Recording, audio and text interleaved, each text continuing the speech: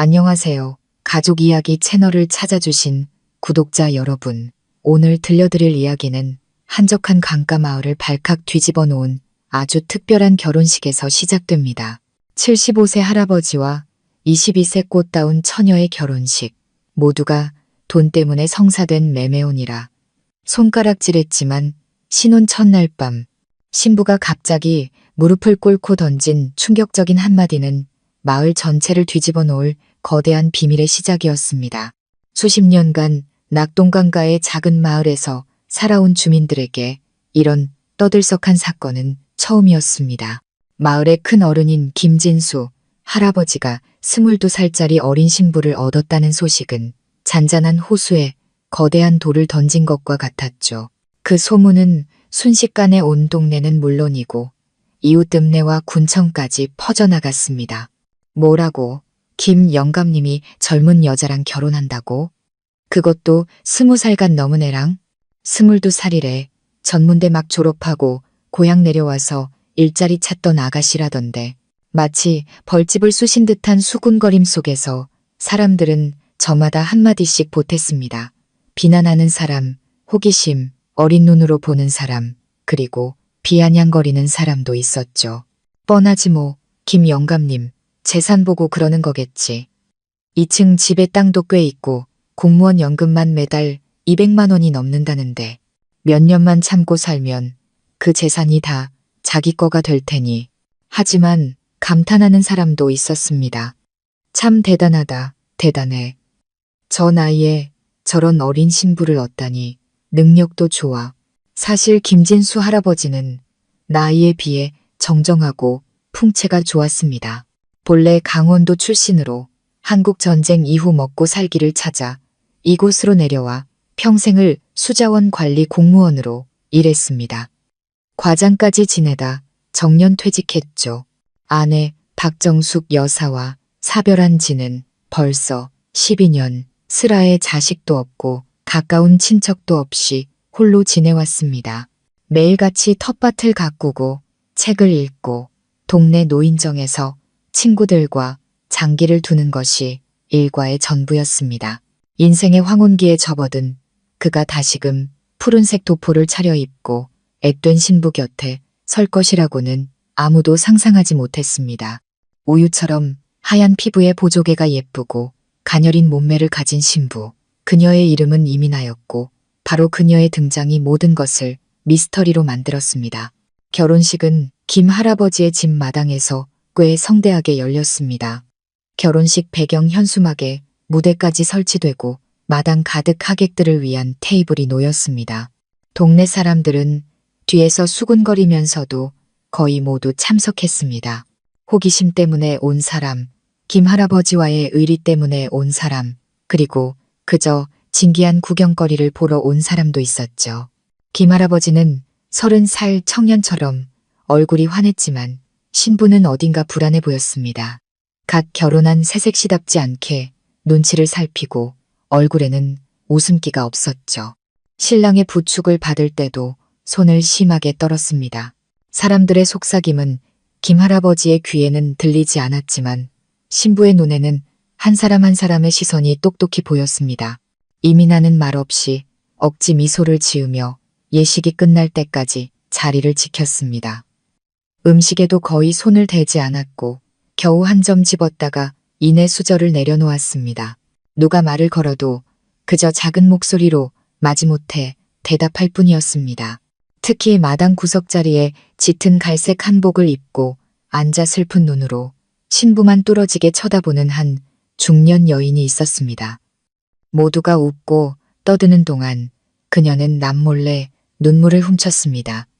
아무도 그녀가 누구인지 어디서 왔는지 알지 못했고 감히 다가가 물어볼 엄두도 내지 못했습니다. 결혼식이 끝나고 사람들이 하나둘 집으로 돌아갔습니다.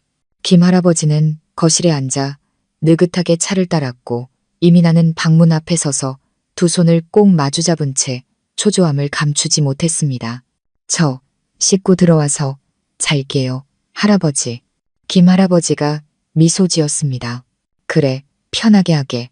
이제 우리 집도 사람 사는 온기가 돈이 참 좋구먼. 그 한마디가 어린 신부의 마음에 비수처럼 꽂혔습니다. 이민아는 서둘러 욕실로 들어갔습니다. 쏟아지는 물소리도 세차게 뛰는 심장 소리를 잠재우지는 못했습니다. 거울 앞에 선 그녀는 한참 동안 자신을 바라보았습니다. 눈가는 붉게 충혈되었고 입술은 파르르 떨렸습니다. 그녀는 여행 가방을 열어 낡은 사진 한 장을 꺼냈습니다. 오랫동안 간직해온 듯 모서리가 달아 있었습니다. 사진 속에는 결혼식장 구석에 앉아있던 바로 그 중년 여인이 있었습니다. 엄마, 저 못하겠어요. 밤이 깊어지고 뒷마당 대나무 숲 사이로 바람이 스쳐 지나갔습니다. 신혼방은 고요했습니다. 김 할아버지는 잠옷으로 갈아입고 수년간의 습관처럼 침대에 앉아 책을 읽었습니다. 하지만 이상하게 마음이 들뜨고 설렜습니다. 젊어진 듯한 묘한 기분이었습니다. 얼마 후 방문이 조용히 열리고 수수한 흰색 잠옷 차림에 이민아가 들어왔습니다. 머리카락은 어깨까지 내려와 있었죠. 김 할아버지는 부드럽게 웃으며 말했습니다. 이리 와서 앉게. 아무 걱정 마라. 억지로 강요할 생각 없으니. 이민아는 잠시 우뚝 서 있더니 갑자기 그의 앞에 털썩 무릎을 꿇었습니다. 할아버지, 제발. 제게 소원이 하나 있어요. 제발 제 부탁을 들어주세요. 김 할아버지는 깜짝 놀라 들고 있던 책을 떨어뜨렸습니다.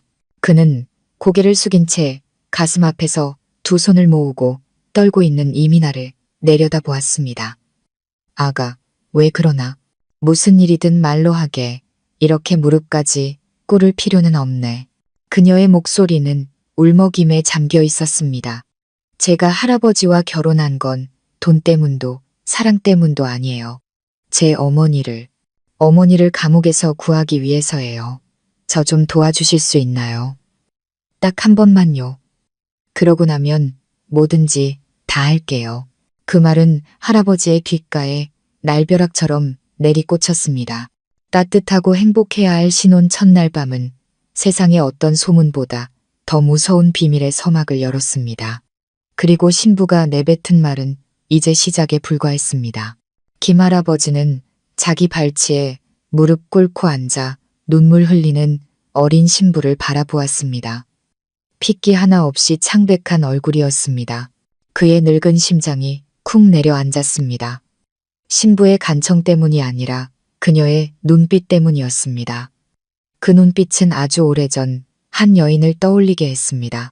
우선 일어나게. 무슨 일이든 차근차근 이야기해야지. 무릎 꿇고 해결될 일은 아무것도 없네. 김 할아버지의 목소리는 부드러웠지만 단호했습니다. 이민아는 꼼짝도 하지 않았습니다. 마치 천근만근의 짐을 짊어진 사람처럼 지금 당장 털어놓지 않으면 그 자리에서 부서져 버릴 것만 같았습니다. 한참 후에야 그녀는 떨리는 몸으로 일어나 의자를 끌어와 할아버지의 맞은편에 앉았습니다. 혹시 제 어머니 기억하세요? 어머니 성함은 최은혜예요. 예전에 이 마을에서 할아버지 대기를 도와주셨어요. 김 할아버지는 순간 멈칫했습니다.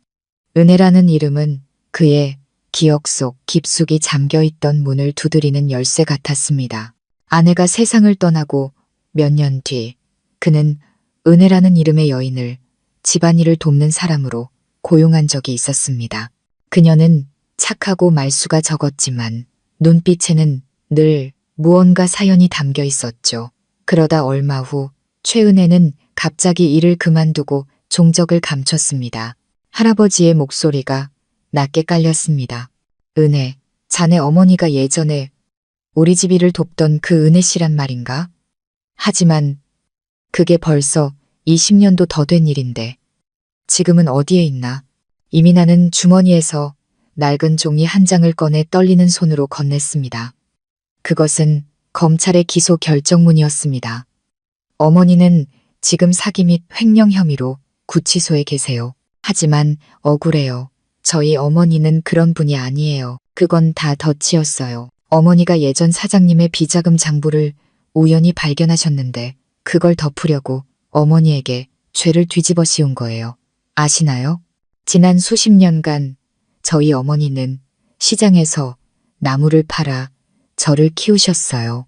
백도 없고 의지할 친척 하나 없는 사람에게 죄를 덮어 씌우는 건 손바닥 뒤집는 것보다 쉬웠겠죠. 더 이상 기댈 곳이 없었어요. 그러다 문득 어릴 적 기억이 떠올랐어요. 어머니께서 가장 힘들 때 자신을 도와준 분이 계셨다고 하셨거든요. 나중에 정말 죽을 만큼 힘든 일이 생기면 그분을 찾아가라고. 그분 성함이 김진수라고요. 김 할아버지는 돌처럼 굳어 앉아 있었습니다. 과거의 기억들이 하나씩 되살아났습니다. 비바람이 몰아치던 어느 날 몸져 누운 자신을 위해 은혜 씨가 빗속을 뚫고 와 죽을 끓여주었던 일, 낡은 부엌에서 들려오던 그녀의 부드러운 웃음소리와 나직한 목소리. 하지만 그녀가 자신을 마지막 희망처럼 여기고 있었다는 사실은 꿈에도 몰랐습니다. 제가 할아버지와 결혼한 건 사랑이 아니라 어머니 때문이에요. 이민아는 말을 이었습니다. 처음엔 그냥 찾아와서 도움을 청할 생각이었어요. 하지만 사람들은 할아버지가 사람을 잘 믿지 않는 외로운 분이라고, 특히 젊은 여자는 더 경계하신다고 하더라고요. 거절당할까봐 두려웠어요. 그러다 할아버지 댁 제사상에 놓인 아내분 박정숙 할머니의 영정사진을 봤어요. 할머니 옆에 다른 사람 사진이 없는 걸 보고 할아버지가 여전히 혼자라는 걸 알았죠. 그래서 마지막 수단으로 할아버지에게 접근할 방법을 찾은 거예요. 김 할아버지는 입술을 굳게 다문 채 눈앞에 어린 소녀를 바라보았습니다. 이런 기막힌 상황 속에서도 그는 한 가지 사실을 부정할 수 없었습니다. 이 소녀는 옛날의 은혜 씨와 너무나도 닮아 있었습니다. 눈빛, 미소, 몸짓, 그리고 목소리까지. 그의 마음에 한동안 잔잔한 파문을 일으켰던 그 여인의 그림자가 짙게 배어 있었습니다. 그런데 왜 결혼까지 한 게냐? 김 할아버지가 천천히 물었습니다. 결혼을 해야만 할아버지 곁에 머물 자격이 생기니까요. 남들 눈에도 이상하게 보이지 않을 테고요. 할아버지는 연줄도 있고 사회적 지위도 있으시잖아요. 제 어머니의 누명을 벗겨주실 수 있을 거예요. 이게 얼마나 큰 대가를 치르는 일인지 알아요. 하지만 저에겐 다른 방법이 없었어요. 밖에서는 귀뚜라미 소리가 처연하게 울었습니다. 방 안의 공기는 얼어붙은 듯 했습니다. 김 할아버지는 고개를 숙인 채 손에 든 책을 꽉 쥐었습니다. 그는 더 이상 평온한 노년을 꿈꾸는 75세 노인이 아니었습니다. 자신을 할아버지라 부르는 어린 소녀가 서류상 아내가 되었고 그 진짜 목적은 어머니를 구해달라는 것이라는 엄청난 진실과 마주하고 있었습니다. 내 말이 맞다. 나는 사람을 쉽게 믿지 않고 늘 조심하며 살았지. 그래서 목적을 가지고 접근하는 사람은 더더욱 믿기 어렵다. 이민아는 고개를 들었습니다.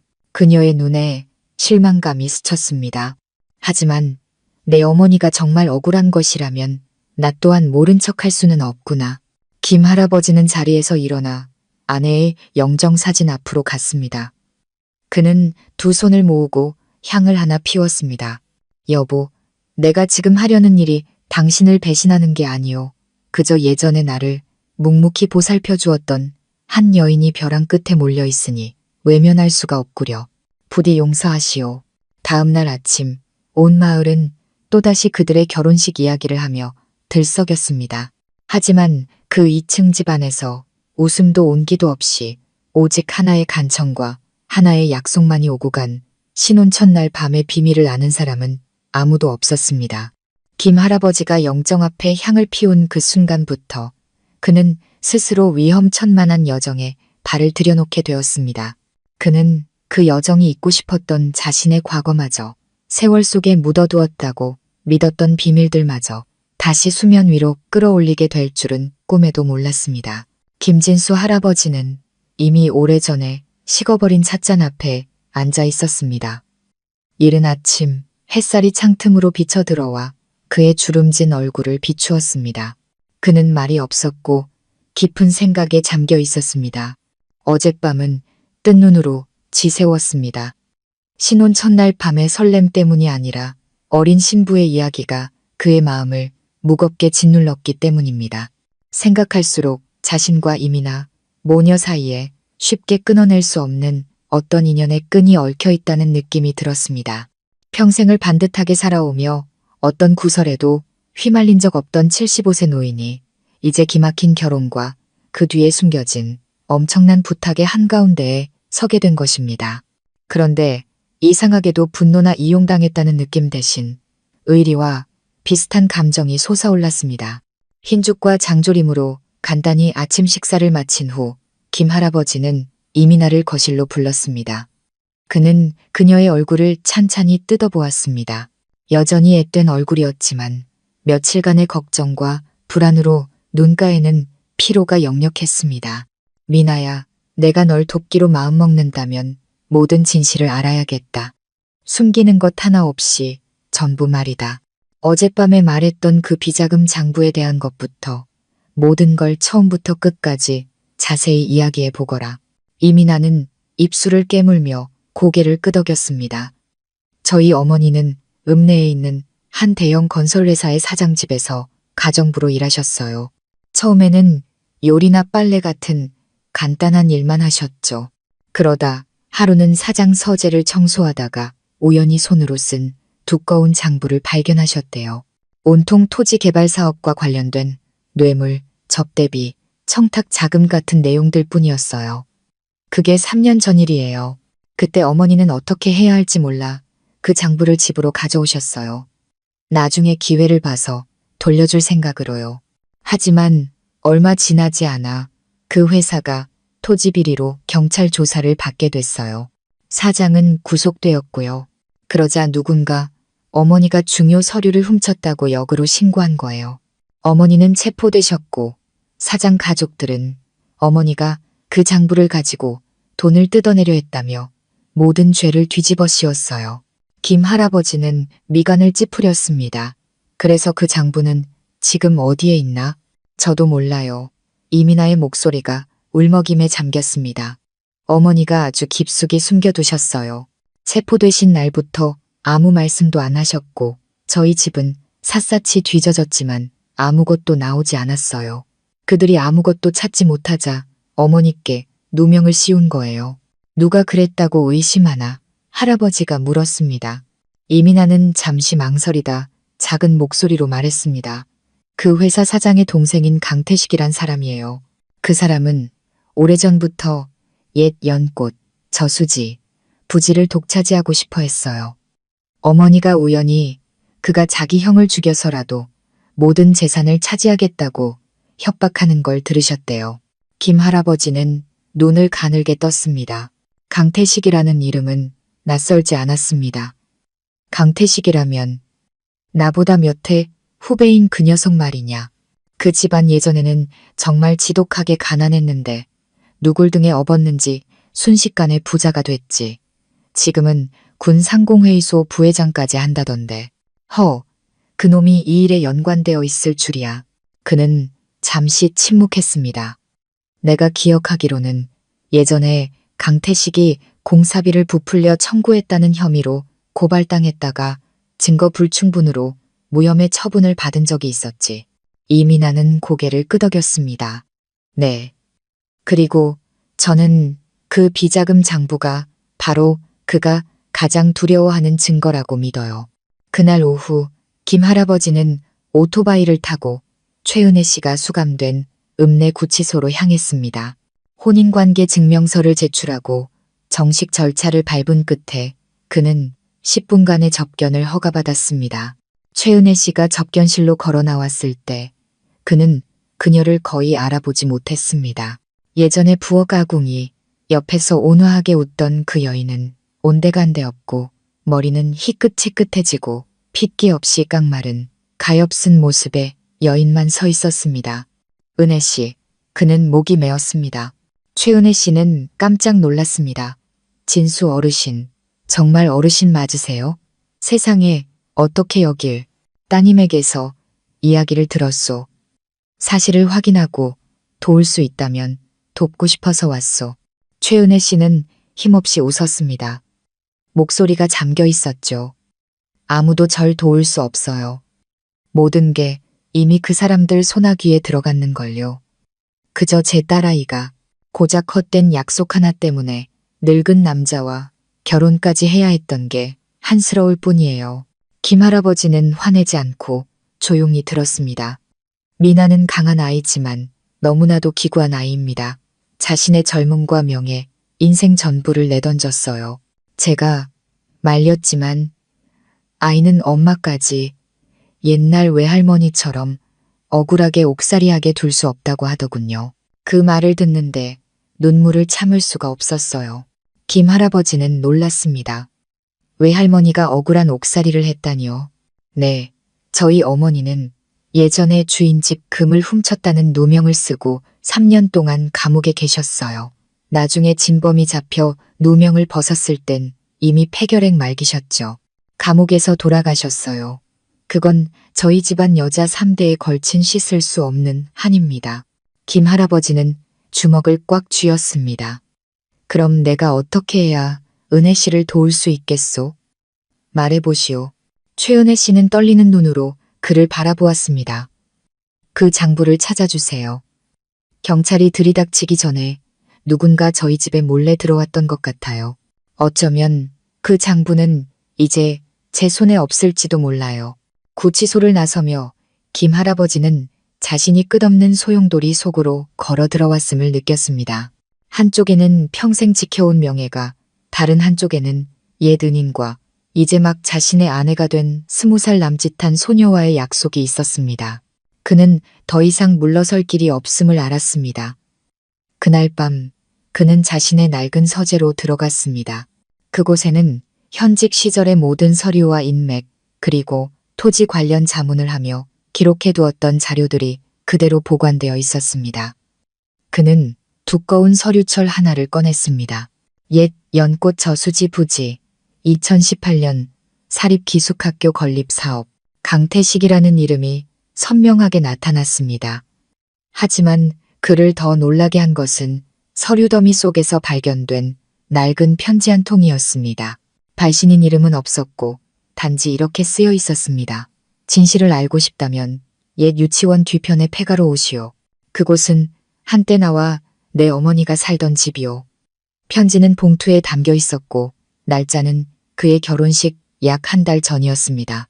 날이 어둑해지자마자 김 할아버지는 이제 막 재개발이 시작되어 어수선한 주택가 한복판에 덩그러니 남겨진 옛 유치원 앞에 도착했습니다. 이곳은 10년 전만 해도 읍내에서 꽤 유명한 유치원이었지만 대기업이 쇼핑몰을 짓기 위해 부지를 매입한 후 폐쇄되었습니다.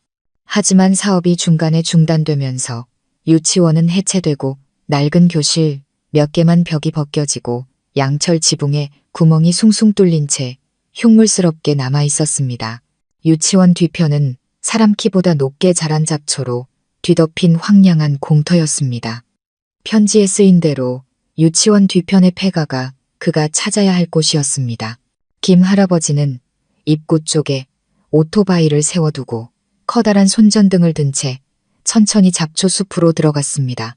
그날 밤하늘에는 달도 없이 희미한 별 몇 개만 떠 있었고 마른 나뭇가지를 스치는 바람 소리가 으스스하게 들렸지만 그는 두렵지 않았습니다. 평생 수많은 고비를 넘겼고 전쟁과 가난의 시절도 겪었습니다. 그가 가장 두려워하는 것은 귀신이나 어둠이 아니라 권력을 이용해 정의를 짓밟는 사람이었습니다. 공터 끝 수십 년 된 아름드리 나무 뒤편에 반쯤 무너진 낡은 집이 숨어 있었습니다. 벽은 얼룩덜룩했고 나무 문은 썩었으며 양철 지붕 한쪽은 엿가락처럼 휘어져 있었습니다. 대문은 굳게 닫혀 있었지만 김 할아버지는 왼쪽 창문 틀이 살짝 비틀어져 있는 것을 발견했습니다. 몸집이 작은 사람이라면 겨우 드나들 수 있을 정도의 틈이었습니다. 그는 손전등을 비추며 안으로 들어갔습니다. 집안은 칠흑같이 어두웠고 퀴퀴한 곰팡이 냄새가 코를 찔렀습니다. 모든 것이 먼지로 뒤덮여 있었죠. 낡은 나무 책상이 방구석에 덩그러니 놓여 있었고 그 옆에는 자물쇠가 달린 나무 괴짝이 있었습니다. 하지만 자물쇠는 이미 오래전에 부서졌고 뚜껑은 살짝 열려 있었습니다. 김 할아버지는 가까이 다가갔습니다. 괴짝 안에는 낡은 옷가지 몇 점과 빛바랜 가족 사진, 그리고 비닐로 꼼꼼하게 쌓인 작은 나무 상자가 들어 있었습니다. 그는 상자를 열었습니다. 안에는 가죽으로 표지를 싼 수첩이 들어 있었습니다. 종이는 누렇게 변색되었고 모서리는 닳아 있었습니다. 그가 조심스럽게 책장을 넘기자 눈이 커졌습니다. 첫 장에는 투박하지만 선명한 글씨로 이렇게 쓰여 있었습니다. 연꽃, 저수지 사업 자금 집행 내역. 2017, 2019. 그 아래로는 빼곡한 기록이 이어졌습니다. 5월 12일 K1 도시계획협의 명목 5천만 원. 5월 15일 N과장 서류 결제로비 자금 2천만 원. 6월 1일 토지 매입 브로커 1억 원. 그뿐만이 아니었습니다. 뒷장에는 돈을 받은 사람의 이름, 목적, 심지어 계좌번호까지 상세히 적혀 있었습니다. 이것은 비밀리에 관리된 내부 장부가 아니라면 불가능한 기록이었습니다. 김할아버지는 심장이 세차게 뛰는 것을 느꼈습니다. 이것이 바로 이미나 모녀가 말했던 그 장부였습니다. 토지 비리에 연루된 부패한 조직 전체를 무너뜨릴 수도 있지만 동시에 이것을 가진 사람을 위험에 빠뜨릴 수도 있는 물건이었습니다. 그가 장부를 가방에 넣으려던 순간 손전등이 갑자기 깜빡거렸습니다. 그리고 집 밖에서 발자국 소리가 들려왔습니다. 김할아버지는 깜짝 놀라 장부를 꽉 쥐고 손전등을 끈 채 어두운 구석으로 몸을 숨겼습니다. 썩은 문틈 사이로 두 남자의 그림자가 보였습니다. 한 명은 키가 컸고 다른 한 명은 작았습니다. 그들은 손전등과 쇠파이프를 들고 다가오고 있었습니다. 거친 목소리가 들렸습니다. 어제 분명히 누가 여기 들어왔었어. 신발 자국이 아직 선명하잖아. 다른 남자가 대답했습니다. 그 영감탱이가 그 어린 것이랑 결혼했다지. 아마 이 옛날 소굴을 뒤지러 왔을 수도 있어. 강 사장님이 변고가 생기기 전에 빨리 처리하라고 하셨잖아. 김 할아버지는 숨을 죽였습니다. 강 사장은 바로 처음부터 의심했던 강태식이었습니다. 그는 이미 사람을 붙여 감시하고 있었고 모든 것이 드러나기 전에 증거를 없애려 하고 있었습니다. 두 남자는 집 주변을 샅샅이 뒤졌습니다. 김 할아버지는 조용히 뒷벽을 따라 창문 쪽으로 한 걸음씩 움직였습니다. 썩은 창문은 그가 들어왔던 통로이자 유일한 탈출구였습니다. 두 남자가 괴짝이 있는 방으로 들어서는 순간 김 할아버지는 창문 틈으로 몸을 빼내 잡초숲으로 뛰어들었습니다. 바람이 귓가를 스치고 풀이 다리를 찔렀지만 그는 멈추지 않았습니다. 온몸은 땀으로 흠뻑 젖었지만 나무 상자는 보물처럼 꽉 쥐고 있었습니다.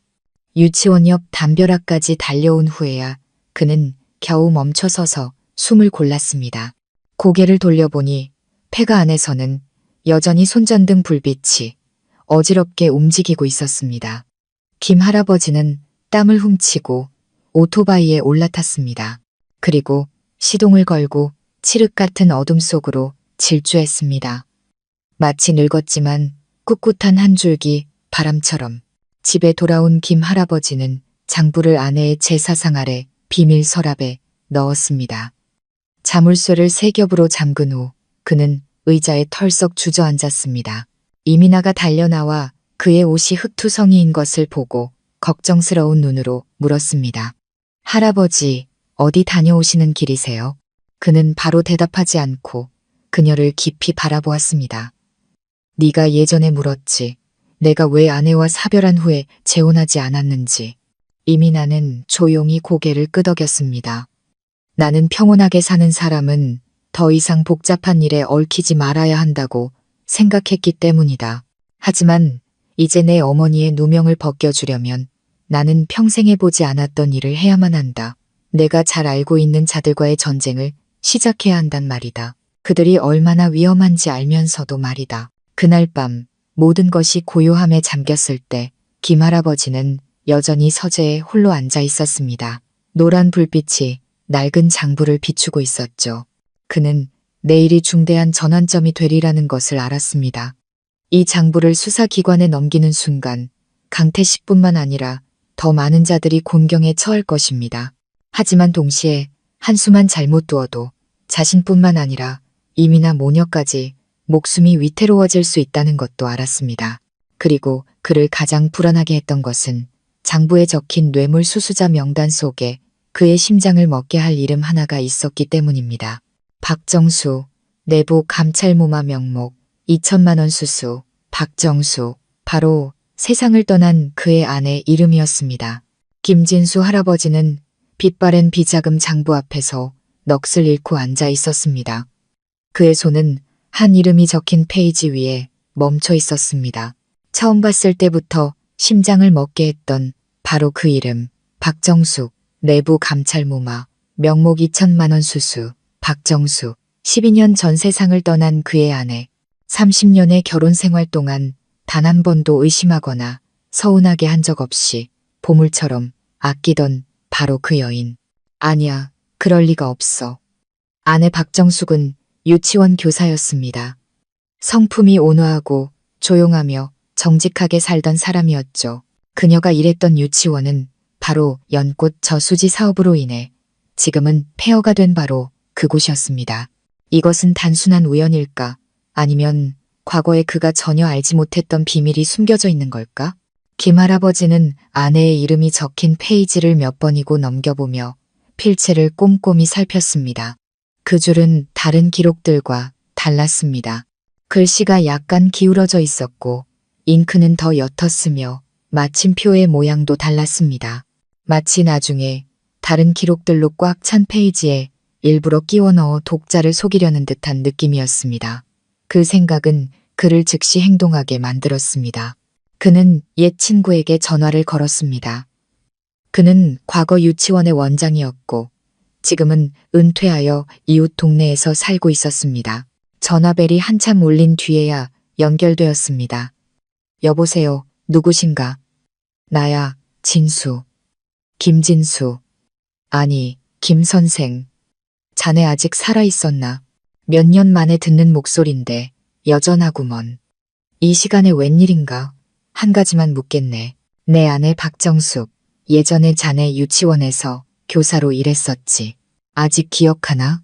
그럼 기억하고 말고 박 선생처럼 훌륭한 교사를 누가 있겠나. 그런데 그건 왜? 혹시 예전에 아내가 유치원 주변 토지개발 사업 같은 일에 얽힌 적이 있었나? 예를 들면 도시계획이나 부지매각 같은 거 말일세. 전화기 너머는 잠시 침묵이 흘렀습니다. 잠시 후 친구의 목소리가 낮아졌습니다. 진수, 오래된 일이지만 기억나는 게 있네. 한 번은 건설회사 사람들이 교장실로 찾아와서 쇼핑몰을 짓겠다며 부지를 사들이고 싶다고 했었지. 그때 자네 아내 박 선생이 아주 강하게 반대했었어. 그 땅은 공공용지였고 상부로부터 어떠한 지시도 없었거든. 그녀는 교육청에 진정서까지 냈었지. 그런데 얼마 안 가서 갑자기 진정서를 취하하고 입을 닫아버렸어. 그 뒤로는 아무 말도 안 하더군. 이유를 아나? 아니, 그저 방과 후에 혼자 앉아 우는 모습을 몇 번 봤을 뿐이야. 몇 주 뒤에 그녀는 사직했고 그때는 나는 그저 가정 문제련이 생각했는데 지금 자네가 물으니 어쩌면 다른 사연이 있었을지도 모르겠다는 생각이 드는군. 김 할아버지는 전화기를 내려놓았습니다. 마음이 두 갈래로 찢기는 듯 했습니다. 그는 아내의 마지막 날들을 떠올렸습니다. 아내는 종종 툇마루에 앉아 허공을 바라보곤 했습니다. 눈에는 깊은 슬픔이 서려 있었지만 그 이유를 절대 말해주지 않았죠. 한 번은 그가 물었더니 아내는 이렇게만 말했습니다. 세상에는 때로 침묵을 지키는 것이 사랑하는 사람을 지키는 최선의 방법일 때가 있어요. 혹시 아내가 누군가에게 협박을 당했거나 혹은 더 나쁘게는 빠져나올 수 없는 권력의 소용돌이에 휘말렸던 것은 아닐까. 그는 돋보기를 가져와 장부의 모든 글자를 다시 뜯어보았습니다. 여러 이름들이 줄이 그어져 있고 다른 필체로 고쳐져 있었습니다. 그리고 그는 이제 확신했습니다. 이 장부는 조작되었습니다. 하지만 그것이 장부의 가치를 떨어뜨리지는 않았습니다. 오히려 이 사건의 배후에 있는 자들이 단순한 부패 세력이 아니라 이미 고인이 된 사람에게 누명을 씌워서라도 자신들의 흔적을 지우려 했다는 것을 증명하는 셈이었습니다. 다음 날 아침, 김할아버지는 단정한 옷으로 갈아입고 아내의 영정 앞에 향을 피웠습니다. 그는 한참 동안 서 있다가 나직이 말했습니다. 여보, 만약 당신이 억울한 일을 당하고도 말하지 못했다면 이제 내가 그 진실을 밝히겠소. 당신만을 위해서가 아니라 당신처럼 짓밟히고 있는 또 다른 한 여인을 위해서 말이오. 지난 20년처럼 더는 침묵하지 않겠소. 이민아가 지나가다 영정 앞에 선 그를 보고 그녀 역시 고개를 숙여 예를 올렸습니다. 그녀는 감히 묻지 못했지만 오늘 김할아버지의 표정은 평소와 달랐습니다. 마치 인생의 마지막 큰 싸움을 앞둔 늙은 전사처럼 무언가 결연한 기운이 감돌았습니다. 오후에 강태식은 이상한 편지 한 통을 받았습니다. 안에는 단 3줄만 적혀 있었습니다. 당신이 가장 두려워하는 것을 내가 가지고 있다. 검사 책상 위에 놓이는 것을 원치 않는다면 오늘 저녁 8시 옛 저수지 뒤편 낚시터에서 만나자. 강태식은 종이를 구겨버렸습니다. 얼굴이 하얗게 질렸죠. 그는 부하에게 전화를 걸었습니다. 김진수, 그 영감집을 바싹 감시해. 집에서 나서는 즉시 보고하고 필요하면 조용히 처리해. 늙은이가 실종돼도 아무도 의심 안 할 테니. 김할아버지는 자신의 뒤에 그림자가 따라붙고 있다는 것을 몰랐지만 그렇다고 아무 대비도 없는 사람은 아니었습니다. 늦은 오후 집을 나서기 전 그는 장부 사본 하나를 은퇴한 경찰 간부 출신인 옛 친구에게 몰래 전달했습니다. 그는 당부했습니다. 만약 내가 내일 아침까지 돌아오지 않으면 이걸도 검찰청으로 가져가게. 장기판은 이미 시작되었고 이번 판에서 김할아버지는 질 생각이 없었습니다. 8시 10분 전 하늘은 어둠에 잠기고 초승달만이 저수지의 잔잔한 수면 위를 희미하게 비추고 있었습니다. 바람은 이끼 냄새와 함께 싸늘한 기운을 실어 날랐습니다. 물가에 위태롭게 서 있는 낚시터는 지붕은 해지고 기둥은 썩어 오랫동안 버려져 아무도 찾지 않는 곳이었습니다. 연꽃 저수지 사업 계획이 흐지부지된 이후로는 더욱 그랬죠. 김진수 할아버지는 정시에 나타났습니다. 손에는 낡은 가죽 가방 하나만 들려 있었습니다. 안에는 장부 원본이 아닌 그가 신중하게 복사하여 한 장 한 장 코팅까지 해둔 사본이 들어 있었습니다. 그의 눈빛은 날카로웠고 표정은 평온했지만 한 걸음 한 걸음에는 계산이 깔려 있었습니다. 강태식은 이미 와서 낡은 나무 의자에 앉아 기다리고 있었습니다. 두 손을 깍지 낀 채였죠. 그의 옆에는 건장한 부하 2명이 서 있었습니다. 한 명은 흰 셔츠, 차림으로 담배를 물고 있었고 다른 한 명은 팔짱을 낀 채 할아버지의 모든 움직임을 예의주시하고 있었습니다. 김 할아버지가 다가오는 것을 보고 강태식은 비웃었습니다. 어르신, 늙으시면 좀 더 현명해지실 줄 알았더니 젊을 때처럼 무모하시군요. 이런 협박으로 저를 찾아오시다니 무슨 추리 소설이라도 쓰시는 줄 알겠습니다.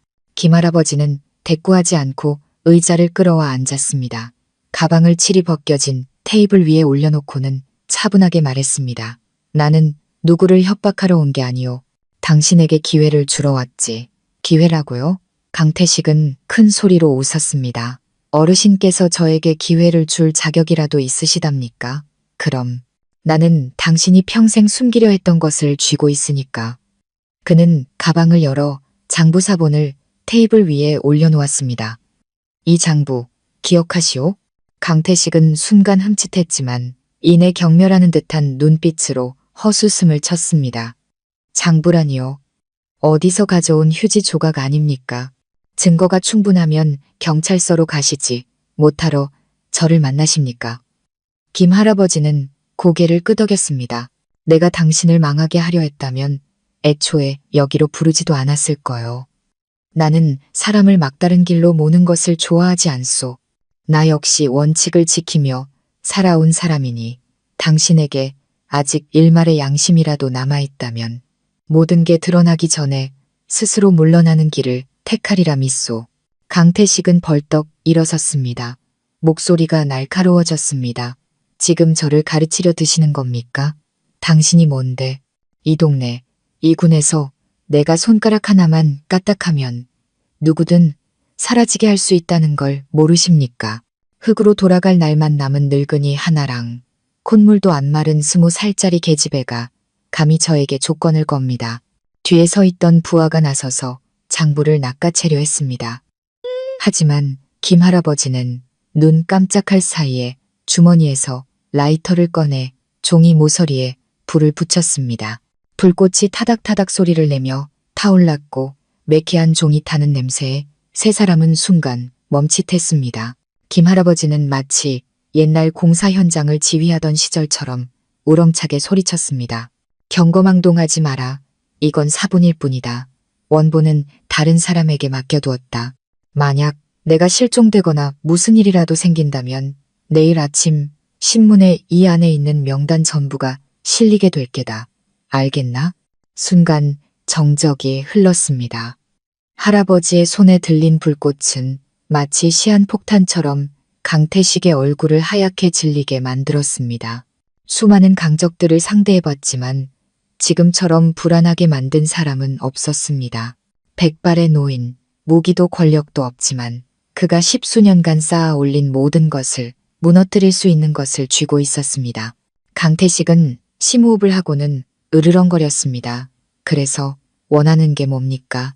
멈추시오. 최은혜 씨에 대한 모든 고소를 취하하고 수사기관이 연꽃 저수지 사건을 독자적으로 조사하도록 놔두시오. 그리고 조금이라도 양심이 있다면 모든 것이 드러나기 전에 죄를 인정하시오. 만약 거절한다면 김 할아버지는 눈도 깜빡이지 않고 똑바로 쳐다보며 말했습니다. 그렇다면 당신의 그 썩어 빠진 조직 전체가 내일 아침 9시 정각에 검사 책상 위에 놓이게 될 거요. 약속하지. 낚시터 안의 공기는 활시위처럼 팽팽했습니다. 마침내 강태식이 소리쳤습니다. 좋습니다. 고소를 취하하고 잠시 멈추겠습니다. 하지만 당신도 입을 다무셔야 합니다. 만약 그 장부가 세상에 알려지면 당신도 무사하지 못할 겁니다. 나는 늙었소. 하루를 더 살아도 그저 감사할 따름이지. 하지만 무고한 사람 한 명을 구하기 위해 죽어야 한다면 아깝지 않소. 말을 마친 김 할아버지는 자리에서 일어나 뒤돌아 걸어 나갔습니다. 그는 뒤돌아보지도 두려워하지도 않았습니다. 평생 누구에게도 허리 굽히며 살아본 적이 없었고 단 하루를 더 살더라도 그렇게 할 생각은 없었습니다. 집에 돌아오자 이민아가 안절부절못하며 기다리고 있었습니다. 할아버지, 이 시간에 어딜 다녀오세요? 집 주변에 수상한 사람이 맴도는 것 같아서 너무 무서웠어요. 김할아버지는 그저 미소 지으며 소녀의 어깨에 손을 얹었습니다. 괜찮다, 아가. 모든 게 곧 끝날 게다. 너도 곧 어머니를 다시 만나게 될 거야. 그날 밤 김할아버지는 다시 아내의 영정 앞에 향을 피웠습니다. 그는 마치 자신에게 말하듯 속삭였습니다. 여보, 만약 과거에 내가 저지른 잘못 때문에 당신이 대신 짐을 졌다면 오늘 내가 모든 것을 바로잡고 있소. 어떤 대가를 치르더라도 후회하지 않겠소. 하지만 그는 몰랐습니다. 오늘 밤의 만남이 승리한 듯 보였던 그 만남이 자신에게 닥쳐올 치명적인 공격의 도화선이 될 줄은. 다른 곳에서 강태식은 차에 앉아 전화를 걸고 있었습니다.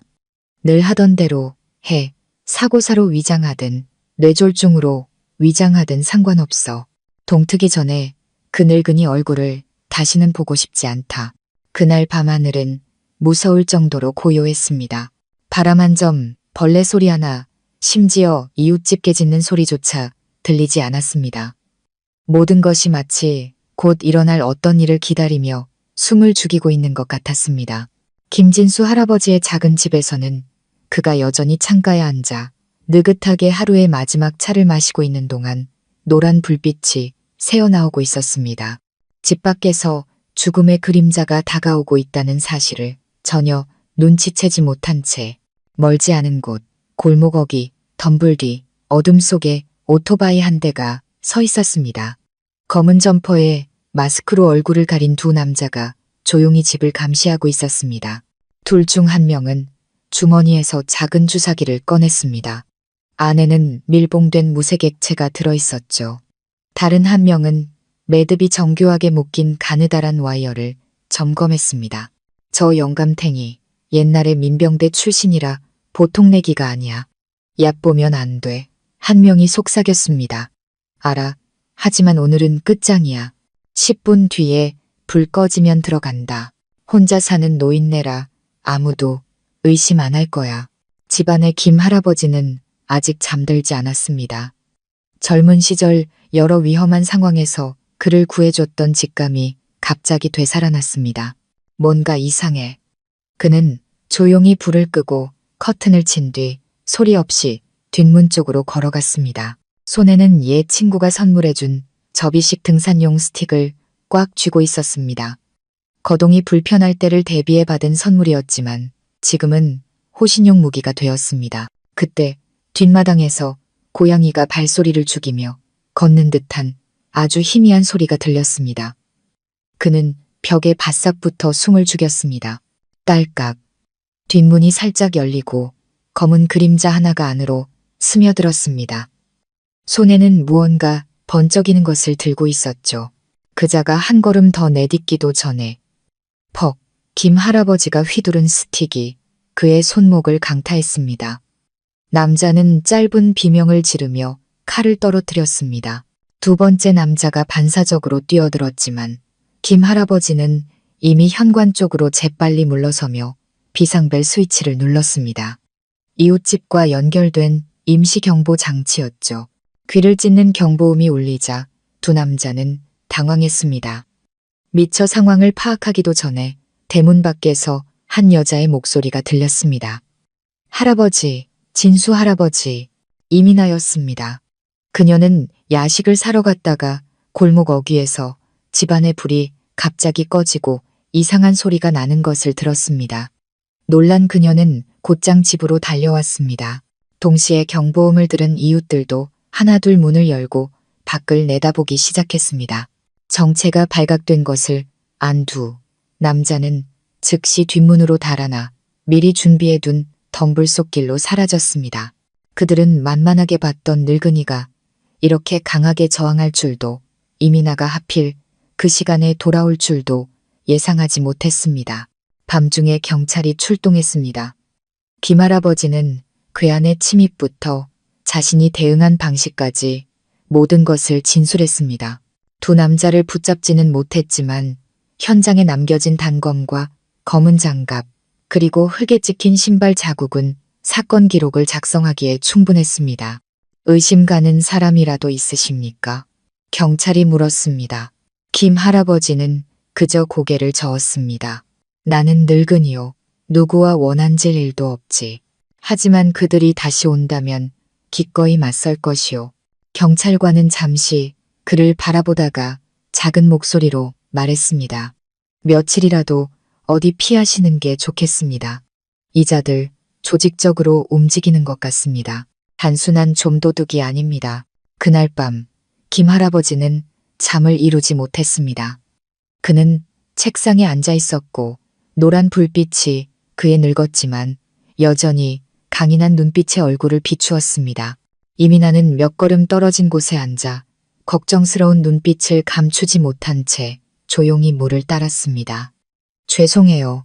제가 할아버지를 이런 일에 끌어들여서 이민아의 눈에 눈물이 그렁그렁 맺혔습니다. 아니다. 김 할아버지가 대답했습니다. 탓하려면 남의 고통을 딛고 살아가는 자들을 탓해야지. 나는 두렵지 않다. 하지만 다른 방법을 생각해야겠구나. 그는 자리에서 일어나 편지 한 통을 꺼내 이민아를 똑바로 바라보았습니다. 내일 나와 함께 한 군데 가야겠다. 아무도 내가 갈 것이라고 생각하지 못하는 곳으로. 그곳에 이 난관을 헤쳐나갈 수 있도록 도와줄 사람이 있다. 누구신데요? 김 할아버지는 한마디만 했습니다. 나의 오랜 적수이자 강태식이란 자가 거물이 되기 전부터 그를 속속들이 알고 있는 유일한 사람이다. 다음날 아침 낡은 은색 승용차 한 대가 천천히 골목을 빠져나왔습니다. 조수석에는 김 할아버지가 장부가 든 가방을 꼭 껴안고 앉아 있었습니다. 뒷좌석에 앉은 이민아는 걱정과 희망이 뒤섞인 채 창밖을 바라보았습니다. 아무도 몰랐습니다. 그들 뒤를 번호판 없는 오토바이 한 대가 조용히 따라붙고 있다는 사실을. 이 싸움은 이제 막 시작되었을 뿐이었습니다. 낡은 은색 승용차는 읍내를 벗어나는 붉은 흙길 위를 달렸습니다. 바퀴는 공사 차량들이 남긴 움푹 파인 길을 지날 때마다 덜컹거렸습니다. 하지만 김 할아버지는 마치 석상처럼 조용히 앉아 앞만 응시했습니다. 손에는 여전히 비자금 장부 사본이 든 가방을 꼭 쥐고 있었죠. 뒷좌석의 이민아는 아무도 따라오지 않는지 확인하려는 듯 이따금 백미러를 쳐다보았습니다. 할아버지, 말씀하신 그분, 오랜 적수라는 분은 누구세요? 이민아가 조용히 물었습니다. 그분 이름은 윤석영이라고 한다. 예전에 나와 같은 분야에서 일했지만 그분은 감사과 소속이었지. 성격이 어찌나 강직하고 원칙주의자인지 동료들 사이에서 철의 여인으로 불렸단다. 그분은 당시 강태식이가 특별 대우를 받아 입찰 심사를 통과하는 것을 강력히 반대했었지. 그것 때문에 뇌물을 받았다는 누명을 쓸 뻔하기도 했고, 그 다음은요. 나는 당시 조직을 믿었고 정의는 스스로 목소리를 낼 것이라 믿었다. 하지만 내가 바로 그분을 다른 곳으로 전출시키는 서류에 서명한 사람이었지. 나는 그분이 너무 강경해서 지역 발전에 방해가 된다고 생각했었다. 그분이 누명을 썼을 때야 비로소 내가 틀렸다는 것을 깨달았지만 그때는 이미 너무 늦었더구나. 이민아는 숨을 죽였습니다. 그녀는 늘 강인하기만 했던 김 할아버지의 목소리에서 그렇게 깊은 후회의 빛을 느껴본 적이 없었습니다. 차는 유칼립투스 나무가 늘어선 작은 길로 접어들었습니다. 길 끝에는 산기슭에 자리 잡은 소박한 목조 주택 한 채가 있었습니다. 집 앞에는 보라색 부겐빌레아가 만발해 있었습니다. 비록 소박했지만 그곳은 마치 폭풍우를 견뎌낸 주인처럼 평온하고 단단한 기운을 뿜어냈습니다. 김 할아버지는 차에서 내려 옷깃을 여미고 희끗한 머리카락을 쓸어 넘겼습니다. 그는 문 앞에서 잠시 마음을 가다듬는 듯 서 있다가 문을 두드렸습니다. 잠시 후 문이 열리고 한 여인이 나타났습니다. 머리는 희끗했지만 자세는 꼿꼿했고 햇볕에 그을린 얼굴을 하고 있었습니다. 눈빛은 칼날처럼 날카로웠지만 예전에 기억하던 것처럼 차갑지는 않았습니다. 그녀가 바로 윤석영이었습니다. 그녀는 김 할아버지를 보고 깜짝 놀랐습니다. 당신 아직 살아있었군. 살아있었소. 오늘 당신에게 용서를 구하러 왔소이다. 윤석영은 아무 말 없이 문을 열어 안으로 들어섰습니다. 레모닙 향기가 나는 깔끔한 부엌. 세 사람은 작은 나무 식탁에 둘러앉았습니다. 이민아는 조용히 앉아 있었고 두 노인은 적이 아닌 마치 서로 다른 전선에 섰던 늙은 전사들이 끝나지 않은 전쟁의 잿더미 속에서 재회한 듯 서로를 바라보았습니다. 당신이 그 오랜 세월이 지나 나를 찾아올 줄은 몰랐군. 윤석영이 쉰 목소리지만 단호하게 말했습니다. 당신의 도움이 필요하오. 나를 위해서가 아니라 당신처럼 억울한 누명을 쓴 한 여인을 위해서요. 이 아가씨의 어머니인 최은혜 씨가 강태식의 계략에 빠져 증거인멸을 위한 희생양이 되었소. 나는 그 모든 것이 기록된 비자금 장부를 가지고 있소. 하지만 이것을 세상에 드러내려면 대조할 증거가 필요하오. 그리고 그 허점을 찾아낼 수 있는 유일한 사람은 당신뿐이라고 믿소. 윤석영은 놀란 기색 없이 조용히 차를 한 모금 마셨습니다. 강태식이 점점 더 커질 줄은 알았지만 이 나이에도 당신이 맞서 싸울 배짱이 남아있을 줄은 몰랐군. 김 할아버지는 그녀를 진지한 눈빛으로 바라보았습니다. 배짱이 있는 게 아니오. 그저 다른 사람이 짓밟히는 것을 보고도 침묵했다는 치욕을 안고 죽고 싶지 않을 뿐이오.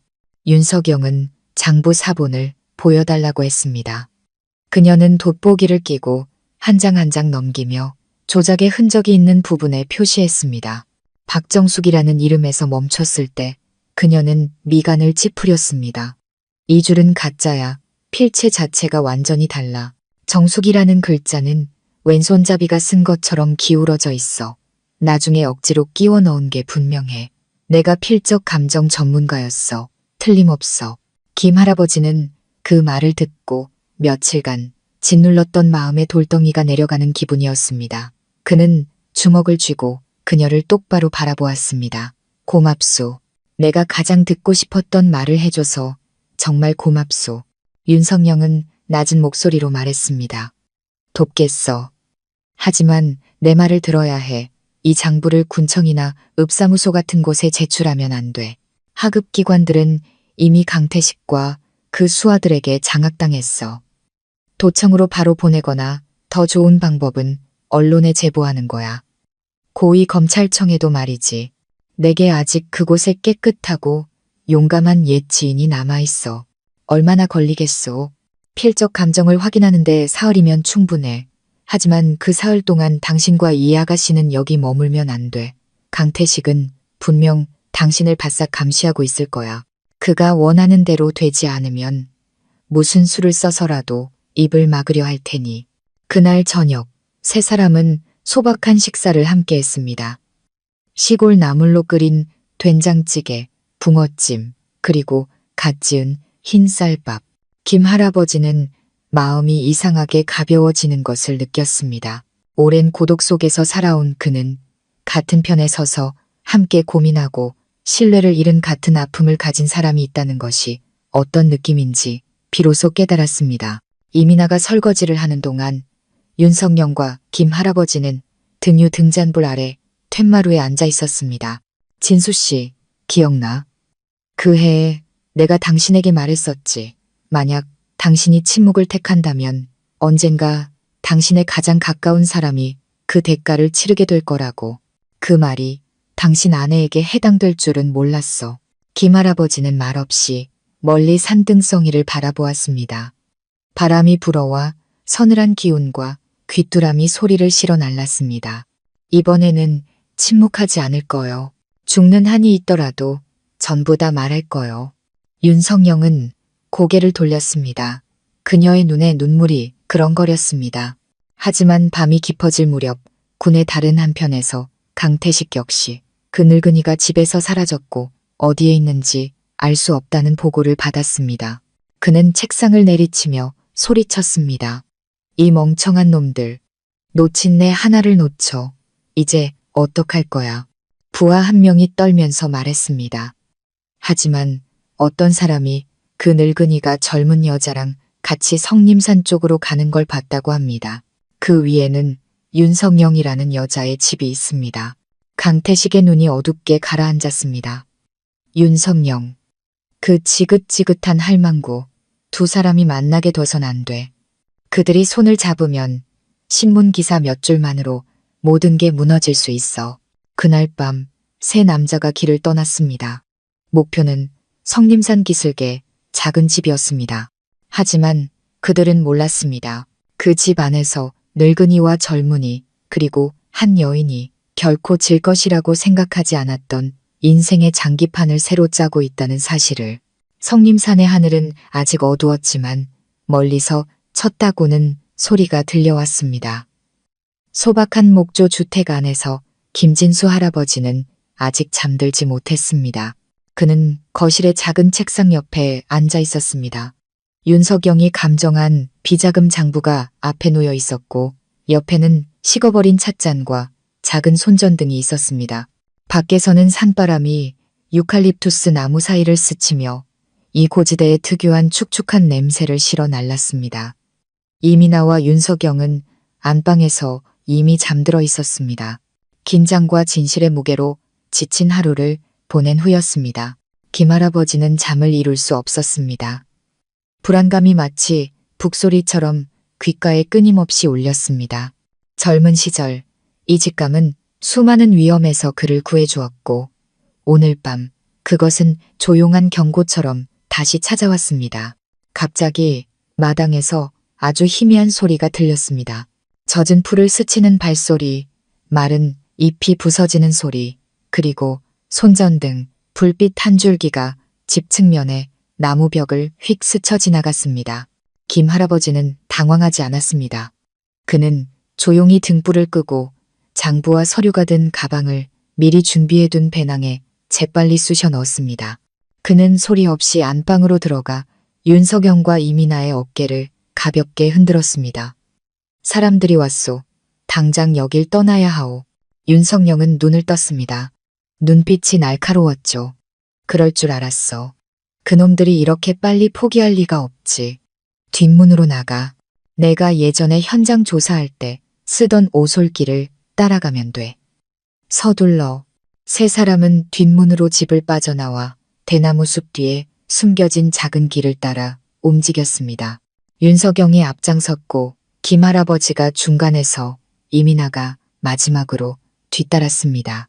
다리가 후들거렸지만 그녀는 속도를 잃지 않으려 애썼습니다. 그들로부터 약 200m 떨어진 곳에서는 검은 옷을 입은 세 남자가 손전등과 쇠 파이프 그리고 자물쇠 따는 도구를 들고 집에 접근하고 있었습니다. 서둘러. 저 영감탱이랑 계집애가 도망치게 두지 마. 한 명이 재촉했습니다. 저 할망구 전직 감사관 출신이야. 비밀 통로가 있을지도 몰라. 집 주변을 샅샅이 뒤져. 다른 한 명은 손에 전기 충격기를 든 채집 안으로 곧장 들어섰습니다. 집은 텅 비어 있었습니다. 식탁 위의 그릇은 아직 온기가 남아 있었고 찻주전자 뚜껑은 살짝 열려 있었습니다. 사람들이 떠난 지 얼마 되지 않았다는 증거였죠. 방금 도망쳤어. 한 명이 소리쳤습니다. 두 방향으로 나눠서 숲 가장자리를 포위해. 숲속의 오솔길은 좁고 미끄러웠습니다. 달빛은 희미해졌고 나무십 사이로 겨우 어렴풋한 빛만 새어 들어왔습니다. 윤석영은 이마에 작은 헤드랜턴을 낀 채 앞장섰습니다. 현직에서 물러난 지 15년이 지났지만 숲길에 대한 기억과 탈출 전술은 여전히 그녀의 피 속에 흐르고 있었습니다. 앞에 작은 개울이 있어. 개울을 건너면 옛 산림 감시 초소로 가는 길이야. 거기에 도착하면 감시원인 박 영감에게 오토바이를 빌릴 수 있어. 그 양반 나한테 빚진 게 있거든. 윤석영이 차분한 목소리로 빠르게 말했습니다. 김 할아버지는 숨이 찼지만 뒤처지지 않으려 애썼습니다. 나는 괜찮소. 저 아이만 무사히 빠져나갈 수 있다면 나는 다 견딜 수 있소. 이민아는 떨면서 눈물을 삼키며 달렸습니다. 저는 모든 게 이렇게 영화처럼 될 줄은 몰랐어요. 윤석영이 힐끗 쳐다보며 말했습니다. 이건 현실이야. 그리고 악당들은 영화에서처럼 티나게 검은 옷을 입고 다니지 않아. 그들은 양복과 번듯한 직함 뒤에 숨어 있지. 개울가에 도착해서 잠시 숨을 고르던 그때 뒤쪽에서 소리가 들렸습니다. 거기서 한 남자가 소리쳤습니다. 세 줄기 손전등, 불빛이 그들을 향했습니다. 윤석영이 외쳤습니다. 흩어져. 두 방향으로. 김 할아버지는 즉시 이민아를 끌고 개울가를 따라 달렸고 윤석영은 반대편 바위 경사면으로 물러서며 큰 돌멩이 하나를 개울에 던져 시선을 끌었습니다. 첨벙 하는 소리에 추격자 중 두 명이 엉뚱한 방향으로 달려갔습니다. 하지만 세 번째 남자는 여전히 김 할아버지와 이민아를 바싹 뒤쫓았습니다. 그는 빨랐지만 김 할아버지가 갑자기 돌아서서 온몸으로 그를 덮칠 줄은 몰랐습니다. 세 사람은 모두 풀밭으로 넘어졌습니다. 그 순간 김 할아버지는 접이식 스틱을 꺼내 남자의 무릎을 후려쳤고 그는 고통스러운 비명을 질렀습니다. 뛰어, 미나야, 할아버지가 외쳤습니다. 이민아는 잠시 망설이다가 눈물을 훔치며 달리기 시작했습니다. 김 할아버지는 쫓아가지 않았습니다. 그는 길을 막고 섰습니다. 등 뒤에는 깎아지른 낭떠러지뿐 더 이상 물러설 곳이 없다는 것을 알면서도 말입니다. 남자가 비틀거리며 일어나더니 옷에서 작은 칼을 꺼냈습니다. 영감탱이, 여기서 죽고 싶어? 김할아버지는 땀으로 흠뻑 젖은 채 거친 숨을 몰아쉬었지만 눈빛은 여전히 기계로 가득했습니다. 내가 죽어서 저 아이가 살 수 있다면 그 또한 가치 있는 일이다. 남자가 달려들었습니다. 하지만 칼날이 할아버지의 옷에 닿기 전 그의 등 뒤에서 쿵 하는 소리가 났습니다. 한 사람이 호랑이처럼 달려들어 남자의 등을 걷어찼고 그는 앞으로 고꾸라지며 칼을 놓쳤습니다. 윤 여사, 김 할아버지가 외쳤습니다. 내가 말했지. 이놈들은 절대 혼자 다니지 않는다고. 돌아오길 잘했군. 윤석영은 작은 밧줄을 꺼내 마치 김밥을 말듯 순식간에 남자를 묶어버렸습니다. 날이 밝자 이민아, 김할아버지, 그리고 윤석영 세 사람은 버려진 산림감시 초소에 도착했습니다. 늙은 감시원 박영감은 이미 오토바이와 뜨거운 물 그리고 콩이 든 주먹밥 2개를 준비해 놓고 있었습니다. 김할아버지는 피곤했지만 눈은 밝게 빛났습니다. 내 평생 오랜 적수가 목숨을 구해주는 건 처음 겪는군. 윤석영은 그저 입꼬리를 올리며 말했습니다. 나는 당신을 구한 게 아니야. 진실을 구한 거지.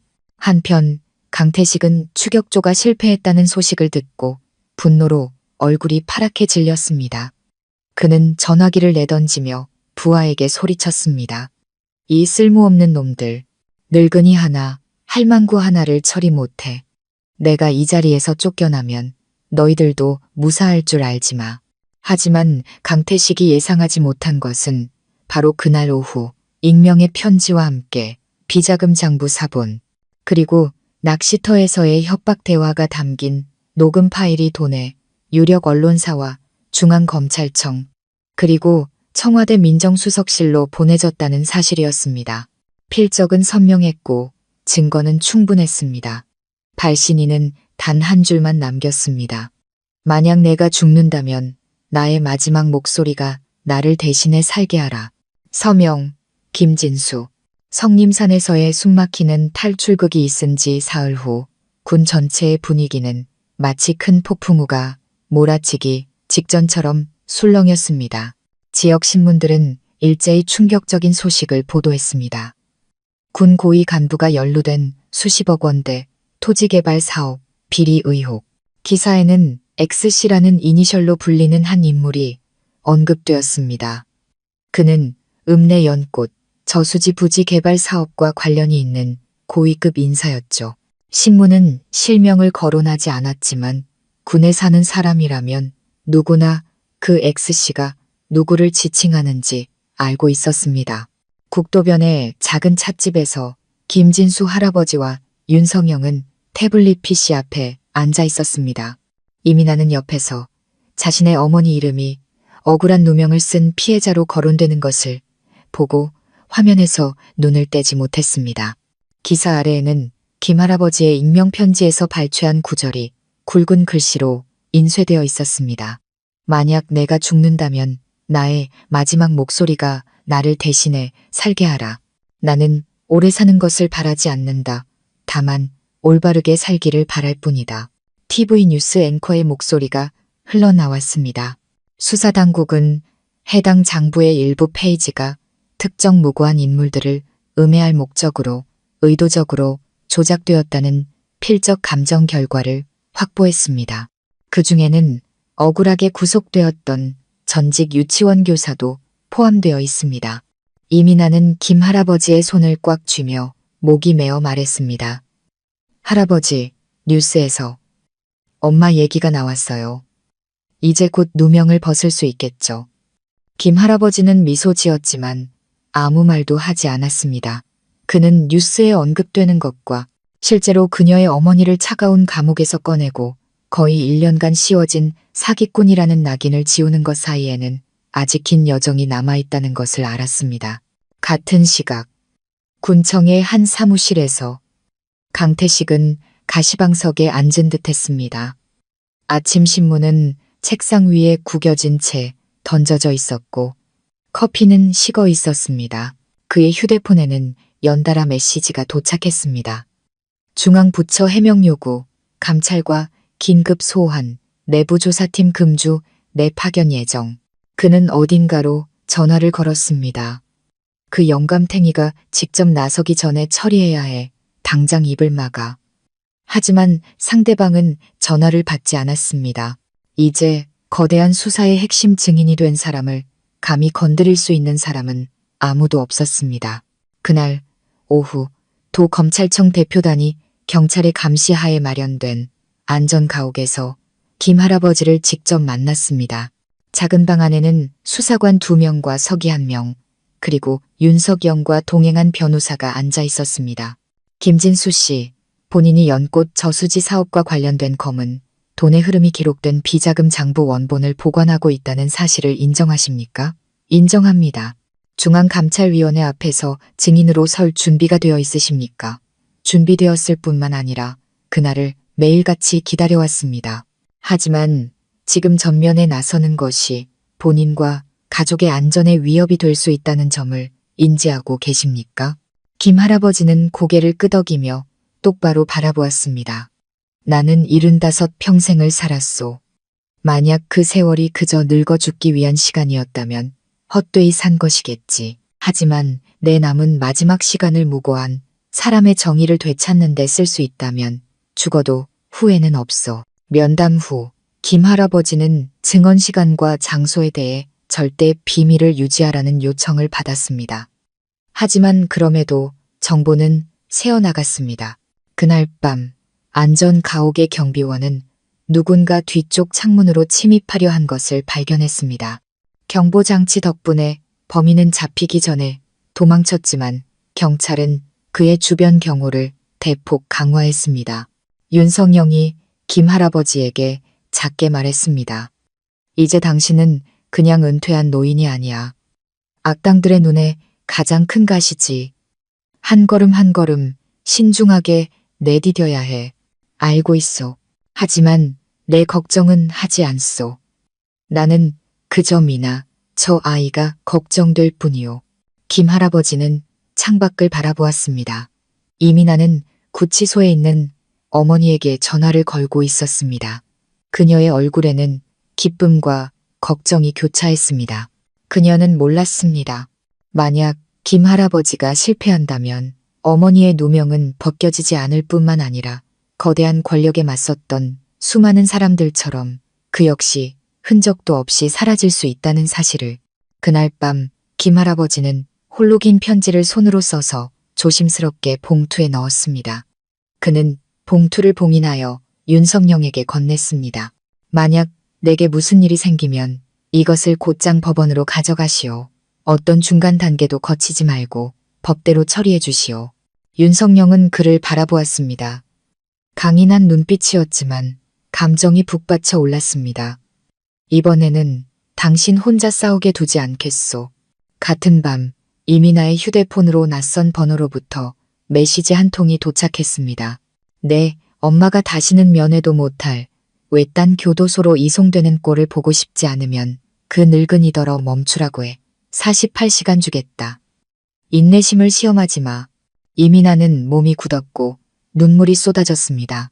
그녀는 휴대폰을 든 채 김 할아버지가 쉬고 있는 방으로 달려갔습니다. 할아버지, 그들이 협박했어요. 엄마를 다른 곳으로 보낸대요. 가만두지 않겠대요. 할아버지. 김 할아버지는 두려움에 떠는 어린 소녀를 바라보았습니다. 그는 일어나 그녀의 어깨를 감싸 안았습니다. 목소리는 부드러웠지만 쇠처럼 단단했습니다. 괜찮다, 아가. 내가 여기 있지 않니? 여기까지 온 이상 더는 물러설 수 없다. 다음날 아침 온 군이 비자금 장부 사건으로 떠들썩한 가운데 김 할아버지는 중앙검찰청의 소환 명령에 따라 서울로 갈 준비를 조용히 했습니다. 그는 짙은색 양복을 입고 목도리를 두르고 낡은 중절모를 썼습니다. 아내가 은퇴 선물로 사준 바로 그 옷이었습니다. 윤석영은 차까지 그를 배웅했고 이민아는 그의 손을 오랫동안 잡고 있었습니다. 눈가가 붉었죠. 기다릴게요, 할아버지. 꼭 돌아오셔야 해요. 아셨죠? 김 할아버지는 그녀의 손을 가볍게 쥐었습니다. 돌아올게. 나를 위해서가 아니라 네가 앞으로 고개 숙이지 않고 당당하게 살아갈 수 있도록 하기 위해서라도. 차는 수많은 시선과 걱정, 그리고 희미한 희망을 싣고 떠났습니다. 앞에는 정의의 빛이 있었지만 동시에 삶과 죽음의 경계선이기도 했습니다. 서울의 겨울 아침, 칼날 같고 축축한 바람이 옥기 사이로 파고들었습니다. 바쁜 사람들 사이로 꼿꼿한 자세와 깊은 눈빛을 한 노인이 더디지만 단호한 걸음으로 중앙검찰청 건물로 들어섰습니다. 김진수, 할아버지, 군 단위 정치 체계를 뒤흔든 그 이름이 오늘 연꽃 저수지, 비리 및 민간인 무고, 사건과 관련된 첫 번째 청문회의 증인으로 공식 출석했습니다. 비공개 회의실에는 특별위원회가 소집되었습니다. 한쪽에는 검찰 대표단이, 다른 한쪽에는 고위급 수사관들과 감찰관들이 앉아 있었습니다. 회의 테이블 위에는 봉인된 비자금 장부 원본과 필적 감정서, 그리고 낚시터에서의 만남을 녹음한 증거 자료가 놓여 있었습니다. 김 할아버지는 위원회와 마주 앉았습니다. 그의 눈빛은 조금도 흔들리지 않았습니다. 그의 앞에는 비겁하게 기습할 수 있는 불량배들이 아니라 법을 대표하는 사람들이 앉아 있었습니다. 그가 정의를 제자리로 돌려놓을 것이라 기대하는 사람들이었죠. 김진수 씨, 이민아 씨의 간청을 받은 순간부터 이 장부를 입수하기까지의 모든 과정을 말씀해 주시기 바랍니다. 김 할아버지는 고개를 끄덕이고 천천히 장갑을 벗은 뒤 입을 열었습니다. 그의 목소리는 낮고 차분했지만 한 글자 한 글자가 분명했습니다. 모든 것은 한 결혼식에서 시작되었습니다. 70이 넘은 저와 갓 22살이 된 아가씨의 결혼이었죠. 사람들은 늙은이가 젊은 여자를 탐낸다고 손가락질했습니다. 하지만 진실은 제가 그녀의 어머니를 구하기 위해 그녀와 결혼했다는 것입니다. 제 아내와 사별하고 홀로 외롭게 살던 시절 저의 은인이었던 분입니다. 그녀 최은혜 씨는 사기 혐의로 구속되었습니다. 하지만 저는 그녀가 무죄라고 믿었고 이제는 확신합니다.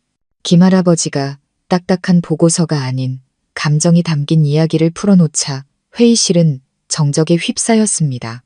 위장 결혼부터 신혼 첫날 밤 무릎 꿇고 애원하던 모습, 그리고 옛 적수가 생사를 함께하는 동지가 되어 폐유치원에서 비자금 장부를 찾아낸 여정까지.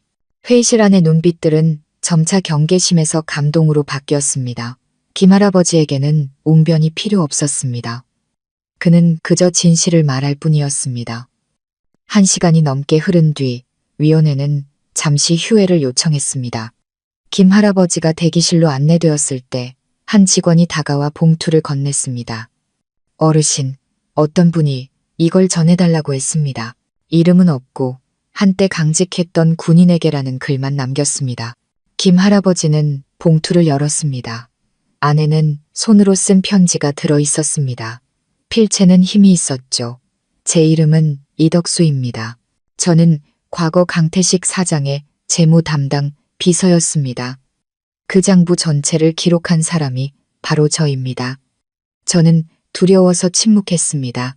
하지만 어르신의 이름을 듣고 이제는 목소리를 내야 할 때라고 생각했습니다. 제가 필요하시면 서울 시내 햇살여관 203호로 찾아와 주십시오. 증인으로 설 준비가 되어 있습니다. 김 할아버지는 몸이 굳었습니다. 이덕수. 낯선 이름이 아니었습니다. 그는 과거 모든 대형 거래에서 강태식의 오른팔 역할을 했지만 1년여 전 이유 없이 회사를 그만둔 인물이었습니다. 바로 그날 오후 검찰은 사람을 보내 사실을 확인했습니다. 편지 내용대로 이덕수는 203호에 머물고 있었고 개인 노트북과 장부 원본 스캔 파일, 계좌, 이체 내역 이미지, 심지어 강태식이 돈을 세며 들키더라도 내게 꼬리가 잡히지 않게 잘 써라고 지시하는 모습이 담긴 몰래카메라 영상이 담긴 USB 2개를 가지고 있었습니다. 다음 날 아침 청문회는 계속되었습니다. 하지만 이번에는 위원회와 마주 앉은 사람이 김 할아버지뿐만이 아니었습니다. 디지털 증거와 사진, 서류, 그리고 필적 대조 자료까지 완벽하게 갖춘 이덕수도 함께였습니다. 그의 등장은 위원회 사람들 중 상당수를 놀라게 했습니다. 종적을 감췄던 그가 살아남아 직접 나설 줄은 아무도 몰랐기 때문입니다. 김할아버지는 자신보다 수십 살은 어린 남자를 바라보았습니다. 눈가가 붉어졌죠. 고맙네, 젊은이. 자네 덕분에 진실은 결코 죽지 않는다는 믿음을 얻었네. 이덕수는 고개를 숙였습니다. 아닙니다. 어르신이야말로 제게 때로는 침묵이 죄악이라는 것을 깨닫게 해주신 분입니다. 같은 날 오후 주요 언론들은 일제히 보도했습니다. 연꽃 저수지 비리 사건, 새로운 증인 등장, 강태식 구속할 결정적 증거 확보, 최은혜 씨가 수감된 구치소에서도 사건 기록 재검토가 강화되었습니다. 변호인은 과거 수사 기록에 접근할 수 있게 되었고 단 48시간 만에 수사기관은 무고 및 증거 조작의 징후를 재검토하기 위해 사건을 잠정 중단하기로 결정했습니다. 그날 저녁 임시거처에서 김 할아버지는 따뜻한 저녁 식사를 넘길 수 없었습니다. 그는 창가에 홀로 앉아 있었습니다. 도시의 불빛이 그의 늙은 안경에 비쳤습니다. 윤석령이 전화를 걸어 상황을 물었고 목소리는 기쁨에 잠겨 있었습니다. 이민아는 거의 잠을 못 이루고 곧 허가 될 어머니와의 면회를 기다리며 휴대폰만 붙들고 있었습니다. 하지만 기쁨 속에서도 김할아버지는 침묵했습니다. 그는 진실이 드러나기 시작하면 저항도 가장 격렬해진다는 것을 알았습니다. 강태식은 쉽게 패배를 인정하지 않을 것이고 반드시 반격해 올 것입니다. 그리고 그의 걱정대로였습니다. 다음 날 아침 그가 진술서에 최종 서명을 하기 위해 청사를 나서려던 순간 낯선 전화가 걸려왔습니다. 김진수 씨 맞으시죠? 관할 경찰서입니다. 방금 부인 되시는 분의 묘가 마을 묘지에서 도립 법의학실로 이송되었습니다. 도굴의 흔적이 발견되었습니다. 즉시 와주시기 바랍니다.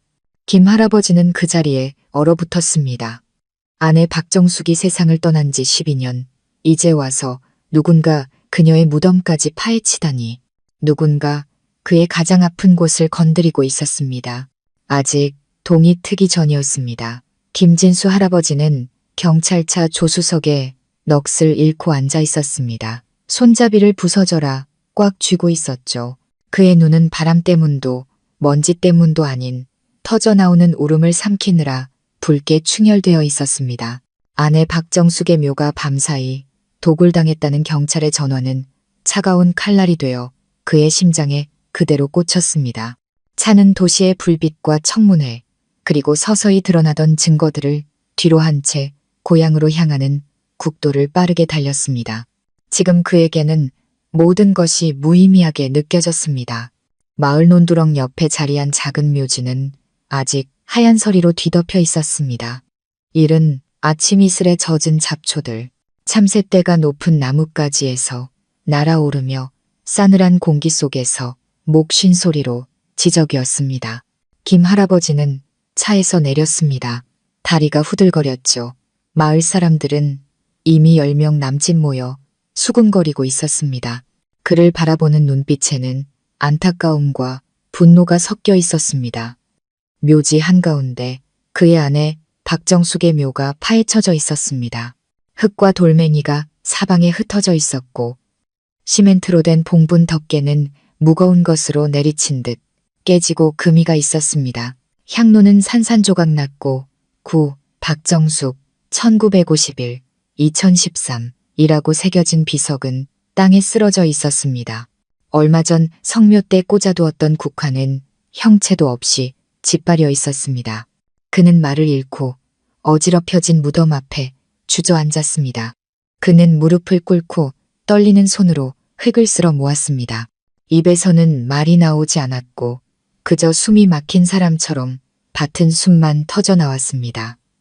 정숙, 미안하오. 당신을 편히 쉬게 해주겠다고 약속했는데.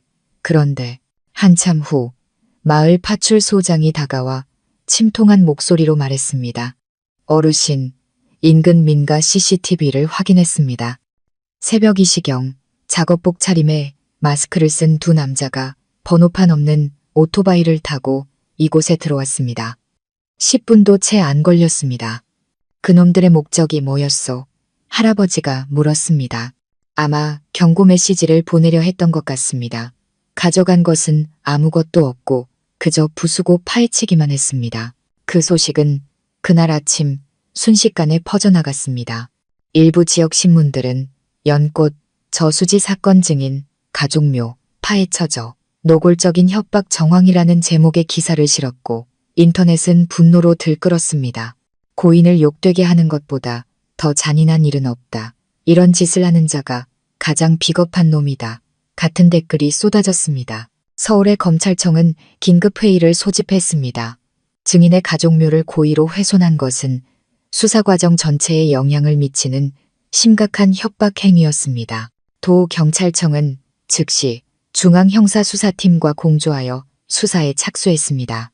그날 정오, 김할아버지는 여전히 임시로 복구된 무덤 옆에 넋을 잃고 앉아 있었습니다. 아내의 먼 친척뻘 되는 한 청년이 다가와 그의 손에 휴대폰으로 찍은 사진 한 장을 쥐어주었습니다. 어르신, 제가 우연히 그놈들 오토바이를 찍었어요. 번호판 앞 세 자리는 38가인데 뒷부분은 가려졌어요.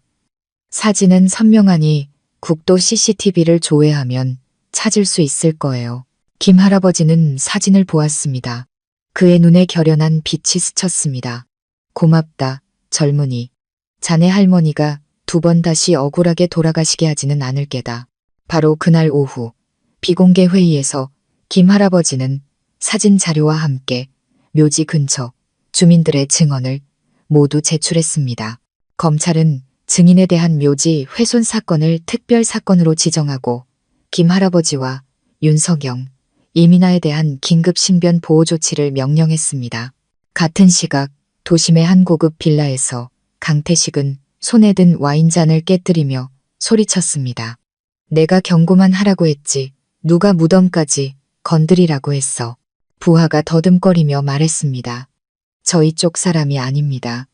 듣기로는 정 부시장 쪽 사람들이라고 합니다. 이번 기회에 사장님을 압박해서 새 토지 입찰건에서 손떼게 하려는 속셈인 것 같습니다. 강태식은 의자에 주저앉았습니다. 멍청한 놈들. 너희는 넘지 말아야 할 선이라는 걸 몰라? 이제 진짜 심판의 날이 온 거야. 다 같이 죽게 생겼다고. 그날 저녁 김 할아버지는 서울로 돌아왔습니다. 차에 오르기 전 그는 아내의 묘에 새향을 피우고 깊이 고개를 숙이며 나직이 말했습니다. 정숙, 당신은 내가 올바르지만 무르다고 했었지. 이제 나는 올바르고 강하게 살겠소. 어떤 대가를 치르더라도 저들이 다시는 누구에게도 이런 짓을 하지 못하게 만들겠다고 맹세하오. 서울에서는 묘지 훼손 사건이 경찰청 특수수사과로 이관되었습니다. 동시에 강태식은 공식적으로 직무가 정지되었고 확대 조사를 받게 되었습니다. 그와 가족의 은행 계좌는 동결되었고 그를 도왔던 일부 공무원들은 긴급 소환되었습니다. 한 익명의 제보자가 새로운 영상을 공개했습니다. 강태식이 부하들에게 그 늙은이가 죽지 않으면 우리 모두가 죽는다. 빨리 처리해. 마누라 묘도 가만두지 마. 불장난하면 어떻게 되는지 똑똑히 가르쳐줘라고 말하는 장면이었습니다. 이 영상은 과거 모든 대화를 녹음해 두었던 이덕수의 낡은 휴대폰에서 나온 것이었습니다. 밤이 깊어지자 이민아가 김 할아버지에게 전화를 걸어왔습니다. 어머니께서 곧 불구속 수사로 풀려나실 거라고 통보받으셨대요. 구속적 부심이 인용됐어요. 할아버지, 너무 기뻐서 소리 지르고 싶어요. 김 할아버지는 미소 지었습니다. 눈가가 촉촉했죠. 잘 됐구나. 하지만 이건 이제 시작일 뿐이다. 마지막 한 판이 남아있어. 그리고 그의 말처럼 마지막 싸움은 공개 재판이 될 것이었습니다. 온 국민이 지켜보고 언론이 주목하며 사람들이 기다리는 바로 그곳. 그가 한때 군의 무소불위 제왕이었던 자와 정면으로 맞서야 하는 곳이었습니다. 도 법원 재판정은 그날 사람들로 가득 찼습니다. 이른 아침부터 수백 명의 사람들이 방청석에 들어가기 위해 문 밖에서 줄을 서 있었습니다.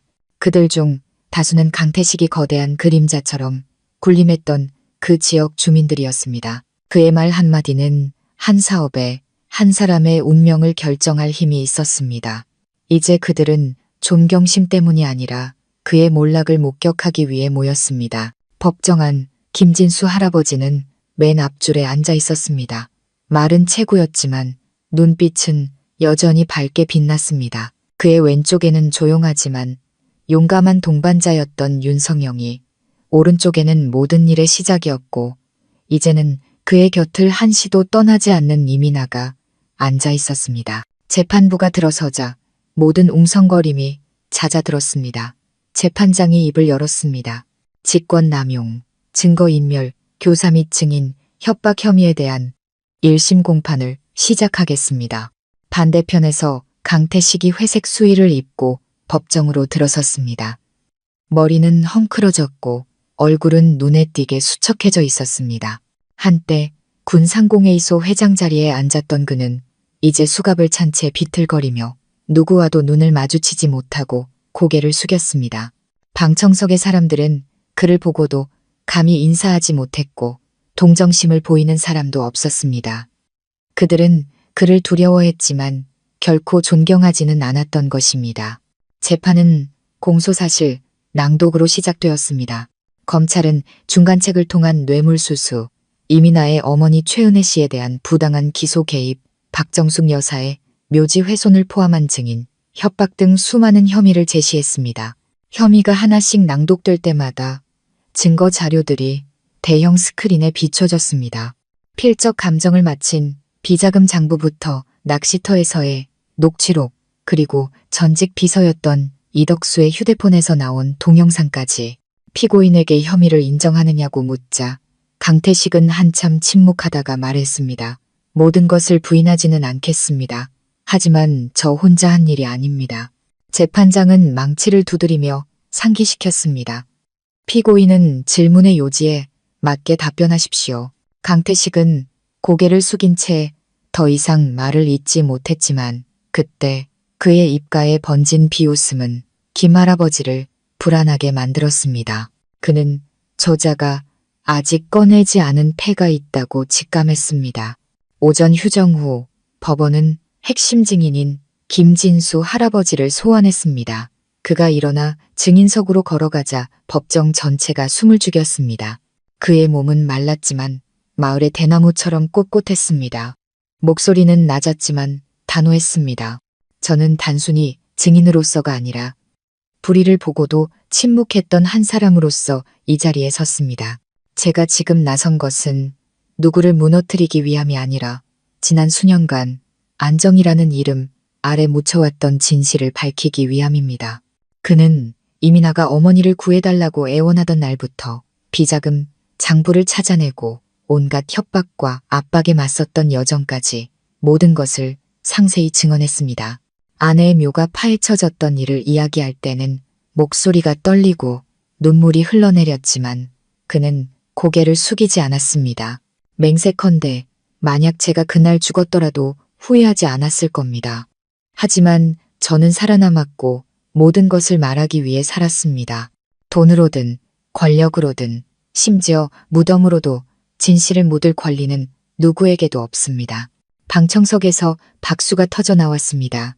재판장은 망치를 두드리며 정숙을 요구했지만 아무도 감동을 억누르지 못했습니다. 갑자기 피고인 측 변호인이 증인 추가 신청을 요청했습니다. 피고인이 혼자가 아니었으며 다른 세력으로부터 정치적 압력을 받았음을 증명할 수 있는 가까운 증인이라고 했습니다. 재판부는 술렁였습니다. 그리고 30대 초반으로 보이는 한 젊은 여성이 법정으로 들어섰습니다. 단정하게 묶은 머리, 옅은 화장을 한 얼굴, 그리고 날카로운 눈빛을 하고 있었죠. 이름을 묻자 그녀는 또렷하게 말했습니다. 저는 강지연입니다. 피고인 강태식의 친딸입니다. 법정 전체가 술렁였습니다. 김 할아버지는 윤성영을 돌아보았습니다. 두 사람 모두 놀랐습니다. 강태식에게 딸이 있다는 사실은 아무도 몰랐습니다. 공식적인 기록상 그는 미혼의 무자녀였습니다. 재판장이 물었습니다. 무엇을 증언하고 싶으십니까? 강지연은 가방에서 봉인된 서류 봉투를 꺼냈습니다. 제 이름으로 개설된 은행 계좌 내역서를 법원에 제출하고 싶습니다. 이 계좌는 아버지가 뇌물을 받는데 사용되었습니다. 가족 생활비 지원이라는 명목으로요. 저는 두려워서, 친딸이라서, 그리고 아버지가 가족을 위해 그런다고 생각해서 침묵했습니다. 하지만 아버지가 김진수 할아버지의 돌아가신 아내분의 묘를 파헤치라고 명령했을 때 저는 더 이상 침묵할 수 없었습니다. 법정은 완전히 정적에 휩싸였습니다. 강태식은 딸을 향해 획 돌아보며 눈을 부릅떴습니다. 네가 아비를 배신해? 돌아보며 강지연은 차분하게 대답했습니다. 아버지가 인간성을 잃으셨다면 더 이상 제 아버지가 아니세요. 그 말은 강태식의 자존심을 지켜주던 마지막 갑옷을 가르는 칼날 같았습니다. 그는 피고인석에 주저앉았습니다. 고개를 떨군 채 붉게 충혈된 눈에서 처음으로 눈물이 흘렀습니다. 후회 때문이 아니라 모든 것이 무너졌기 때문이었습니다. 이틀간의 치열한 심리 끝에 재판은 막을 내렸습니다. 검찰은 강태식에게 징역 18년에서 20년을 구형하고 관련자들에 대한 추가 수사를 진행할 것을 요청했습니다. 이민아의 어머니 최은혜 씨는 완전한 무죄를 선고받았고 국가의 공식적인 사과와 명예훼손에 대한 보상을 받게 되었습니다. 재판이 끝난 후 김 할아버지는 조용히 마을로 돌아왔습니다. 그는 훈장도 칭찬도 필요 없었습니다. 하지만 이제 마을 사람들은 그를 만날 때마다 진심으로 고개를 숙여 인사했습니다. 안녕하십니까, 어르신, 우리 마을의 영웅이십니다. 그는 그저 아내의 묘 앞 유칼립투스 나무를 바라보며 희미하게 미소 지을 뿐이었습니다. 그곳은 이제 깨끗하게 정돈되어 있었습니다. 이민아가 그에게 달려와 기차표 한 장을 손에 쥐어주었습니다. 엄마가 우리 세 사람 어디든 가서 푹 쉬고 오재요. 이제 충분히 고생하셨잖아요, 할아버지. 김 할아버지는 하늘을 보았습니다. 시원한 바람, 흘러가는 구름, 살며시 떨어지는 나무십. 아마도 이제 쉴 때가 된 모양입니다. 하지만 그의 마음속에서 정의의 불꽃은 여전히 타오르고 있었습니다. 그는 이 세상에 아직 많은 억울함이 남아있고 이민아, 윤석영, 이덕수 같은 사람들이 있는 한 그 빛은 결코 꺼지지 않을 것이라는 것을 알았기 때문입니다. 봄은 예년보다 일찍 찾아왔습니다. 마을로 들어서는 길 양옆에 유칼립투스 나무들은 벌써 새잎을 틔우고 있었습니다. 바람이 살랑이며 비온 뒤의 흙내음과 아궁이의 짓불 타는 냄새를 실어날랐습니다. 그 풍경은 김 할아버지에게 시간의 먼지 속에 잠들어 있던 수많은 기억들을 떠올리게 했습니다. 그는 툇마루의 낡은 나무 의자에 앉아 있었습니다. 뜨거운 차를 마시며 길끝을 바라보고 있었죠. 그곳에는 갓 출소한 늙은 어머니의 손을 잡고 걸어오는 한 여인의 모습이 보였습니다. 이민아와 최은혜 씨였습니다. 그들을 태운 차가 멈추고 최은혜 씨는 느리지만 단호한 걸음으로 내렸습니다. 어두운 수감 생활로 얼굴은 검게 변했지만 눈빛만은 다시 태어난 사람처럼 밝게 빛났습니다. 김 할아버지는 지팡이를 짚고 일어나 두 모녀를 맞았습니다. 그의 눈과 최은혜 씨의 눈이 마주쳤을 때 그들은 아무 말도 필요 없었습니다. 그저 고개를 끄덕이고 손을 꽉 잡는 것만으로 충분했습니다. 그날 저녁 식사, 세 사람은 소박한 밥상에 둘러앉았습니다. 된장찌개와 붕어찜, 계란말이, 그리고 붉은 고추를 띄운 간장 종지. 이 붕어찜 10수년 전에 제가 어르신 감기 걸리셨을 때 끓여드렸던 거랑 맛이 똑같네요. 최은혜 씨가 희미하게 웃었습니다. 김 할아버지는 천천히 한 점을 집어 간장에 찍어 맛보았습니다. 기억하고 말고 짠맛과 함께 깃든 전까지도 다 기억하오. 최은혜 씨는 수줍게 고개를 숙였고 옆에 앉은 이민아는 벅찬 감정을 감추지 못했습니다. 오후에 그들은 함께 묘지로 갔습니다. 아내 박정숙 여사의 묘는 이제 지붕이 있는 비석과 하얀 석등, 그리고 양옆에 새로 심은 보라색 난초, 화분으로 말끔하게 단장되어 있었습니다. 최은혜 씨는 향을 피우고 조용히 빌었습니다. 정숙 언니, 언니를 편히 쉬지 못하게 해서 죄송해요. 하지만 언니 덕분에 제 딸이 구원받았어요. 언니와 그리고 어르신께 큰 은혜를 입었습니다. 김할아버지는 그녀의 어깨에 손을 얹으며 나직이 말했습니다. 아내는 이해할 거요. 아내는 늘 말했지. 죽은 뒤에도 다른 사람들이 존경심을 담아 이름을 기억해주는 삶을 살아야 한다고. 이제 아내는 그런 사람이 되었소. 밤이 되자 김할아버지는 작은 방에서 낡은 나무 상자를 꺼냈습니다. 안에는 옛 사진들과 누렇게 변한 손수건, 그리고 손편지 뭉치가 들어있었습니다. 그는 그것을 이민아에게 건넸습니다. 이건 내 할머니가 전쟁통에 내게 보낸 편지들이다. 피난 갔을 때 쓴 것도 있고 내가 멀리 출장 갔을 때 쓴 것도 있지. 내 할머니는 사랑은 요란할 필요가 없고 그저 꾸준하고 진실하면 된다고 했단다. 이민아는 마치 보물을 다루듯 종이 한 장 한 장을 소중히 넘겼습니다. 그녀는 김 할아버지와 박 할머니의 사랑이 전쟁과 가난을 넘어 이제는 혼란스러운 세상에서 어떻게 진실하게 살아야 하는지를 알려주는 등불이 되고 있음을 깨달았습니다. 할아버지, 만약 언젠가 제가 결혼하게 되면 주례를 서주실 수 있으세요? 김 할아버지는 웃음을 터뜨렸습니다. 아직 데려온 사람도 없는데 벌써 양아버지에게 청첩장 준비를 시키는 며느리가 어디 있느냐. 하지만 할아버지는 제게 아버지 같은 분이세요. 엄마가 그러셨어요. 이 세상에 돌아가신 아빠 말고 믿을 수 있는 남자가 한 명 더 있다면 그건 할아버지라고요. 김 할아버지는 감동하여 아무 말도 하지 못하고 옷장에서 아내의 낡은 스웨터를 꺼내 마치 기억의 일부를 껴안 듯 품에 안았습니다. 그 후 며칠 동안 세 사람은 평온한 일상을 보냈습니다. 마을 사람들은 자주 찾아와 안부를 물었고 어떤 할머니는 우리 영웅김 어르신 드시라며 직접 키운 채소를 가져다 주기도 했습니다. 어떤 농부는 예전에 어르신이 학교 종을 쳐주셔서 제가 공부할 수 있었으니 이제 제가 잡은 물고기를 드립니다. 라며 붕어 몇 마리를 건넸습니다. 마을 전체에서는 김 할아버지를 위한 표창식을 열었습니다. 상장이나 훈장이 아닌 마을 정자 앞에 새로 놓인 도리자에 새겨진 글귀로 말입니다. 정직은 유산이다. 양심의 빛을 지킨 김진수 어른을 기리며.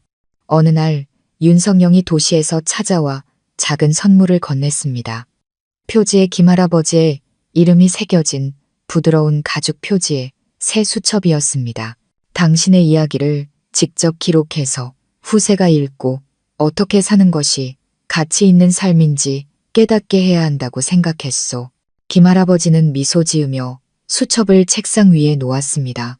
찻잔과 갓 꽂은 제스민 꽃병 옆이었습니다. 그는 알았습니다. 어떤 이야기는 기록되지 않으면 잊히지만 진심으로 기록된다면 영원히 살아남는다는 것을. 그날 일기의 마지막에 그는 이렇게 썼다. 나는 영웅이 아니다.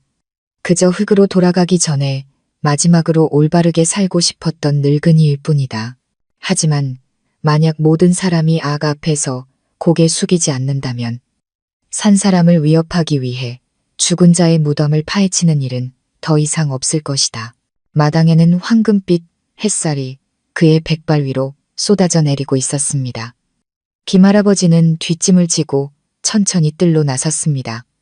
아내가 살아있을 때 심었던 망고나무가 이제 막 첫 열매를 맺고 있었습니다. 그는 하늘을 올려다보았습니다. 흰 구름, 푸른 하늘, 더 이상 폭풍우는 없었고 지켜야 할 약속만이 남아 있었습니다.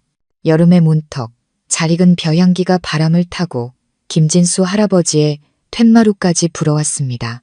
모내기한 벼들이 이제 고개를 숙이며 마치 노년을 위한 자장가처럼 살랑거렸습니다. 옅은 노란색으로 칠해진 작은 목조, 주택은 폭풍우를 견뎌낸 주인의 심장처럼 굳건하고 따뜻하게 그 자리에 서 있었습니다. 그날 아침 김 할아버지는 평소보다 일찍 일어났습니다. 그는 아내의 제사상 앞에 앉아 향을 하나 피웠습니다. 눈빛은 평온했죠. 정숙, 오늘 내가 마지막 약속을 지키러 가오. 이번에는 다른 누구를 위해서가 아니라 당신을 위해서요. 당신이 세상을 떠나기 전에 내게 남겼던 그 말, 아무리 늦더라도 옳은 일을 하라는 그 말을 지키기 위해서요. 그리고 그는 조용히 옅은 푸른색의 전통 한복을 차려입고 부드러운 관모를 쓰고 헝겊신을 신었습니다. 머리는 온통 백발이었지만 자세는 여전히 대나무처럼 꼿꼿했습니다. 그날 마을 사람들은 약속이라도 한 듯 마을 정자로 모여들었습니다.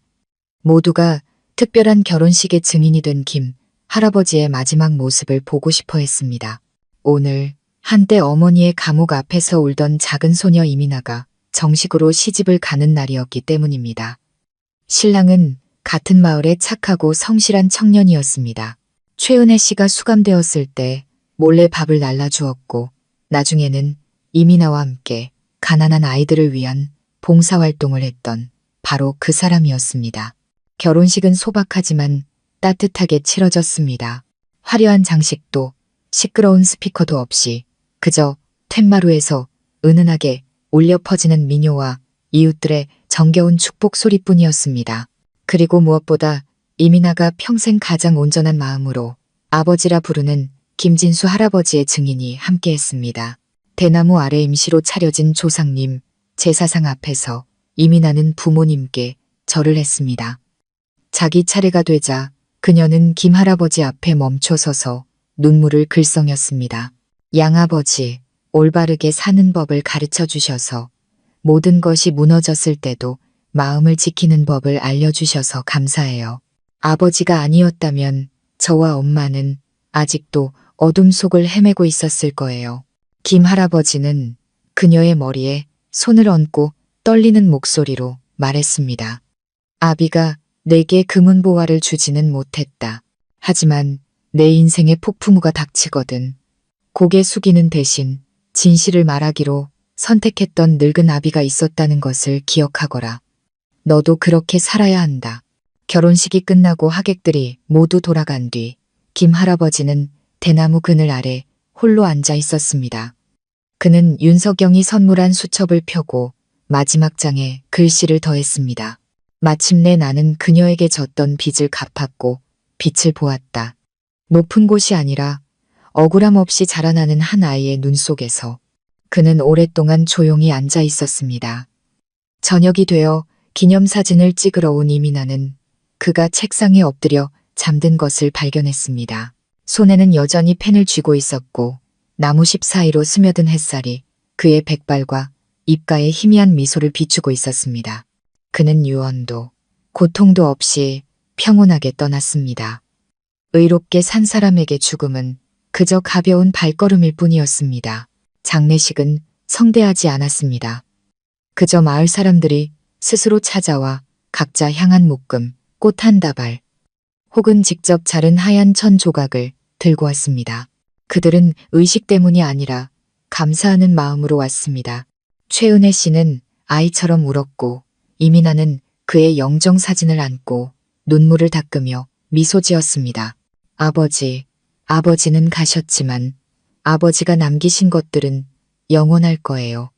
여러 해가 지난 후에도 김진수 할아버지의 이야기는 그 작은 마을에서 계속 회자되었습니다.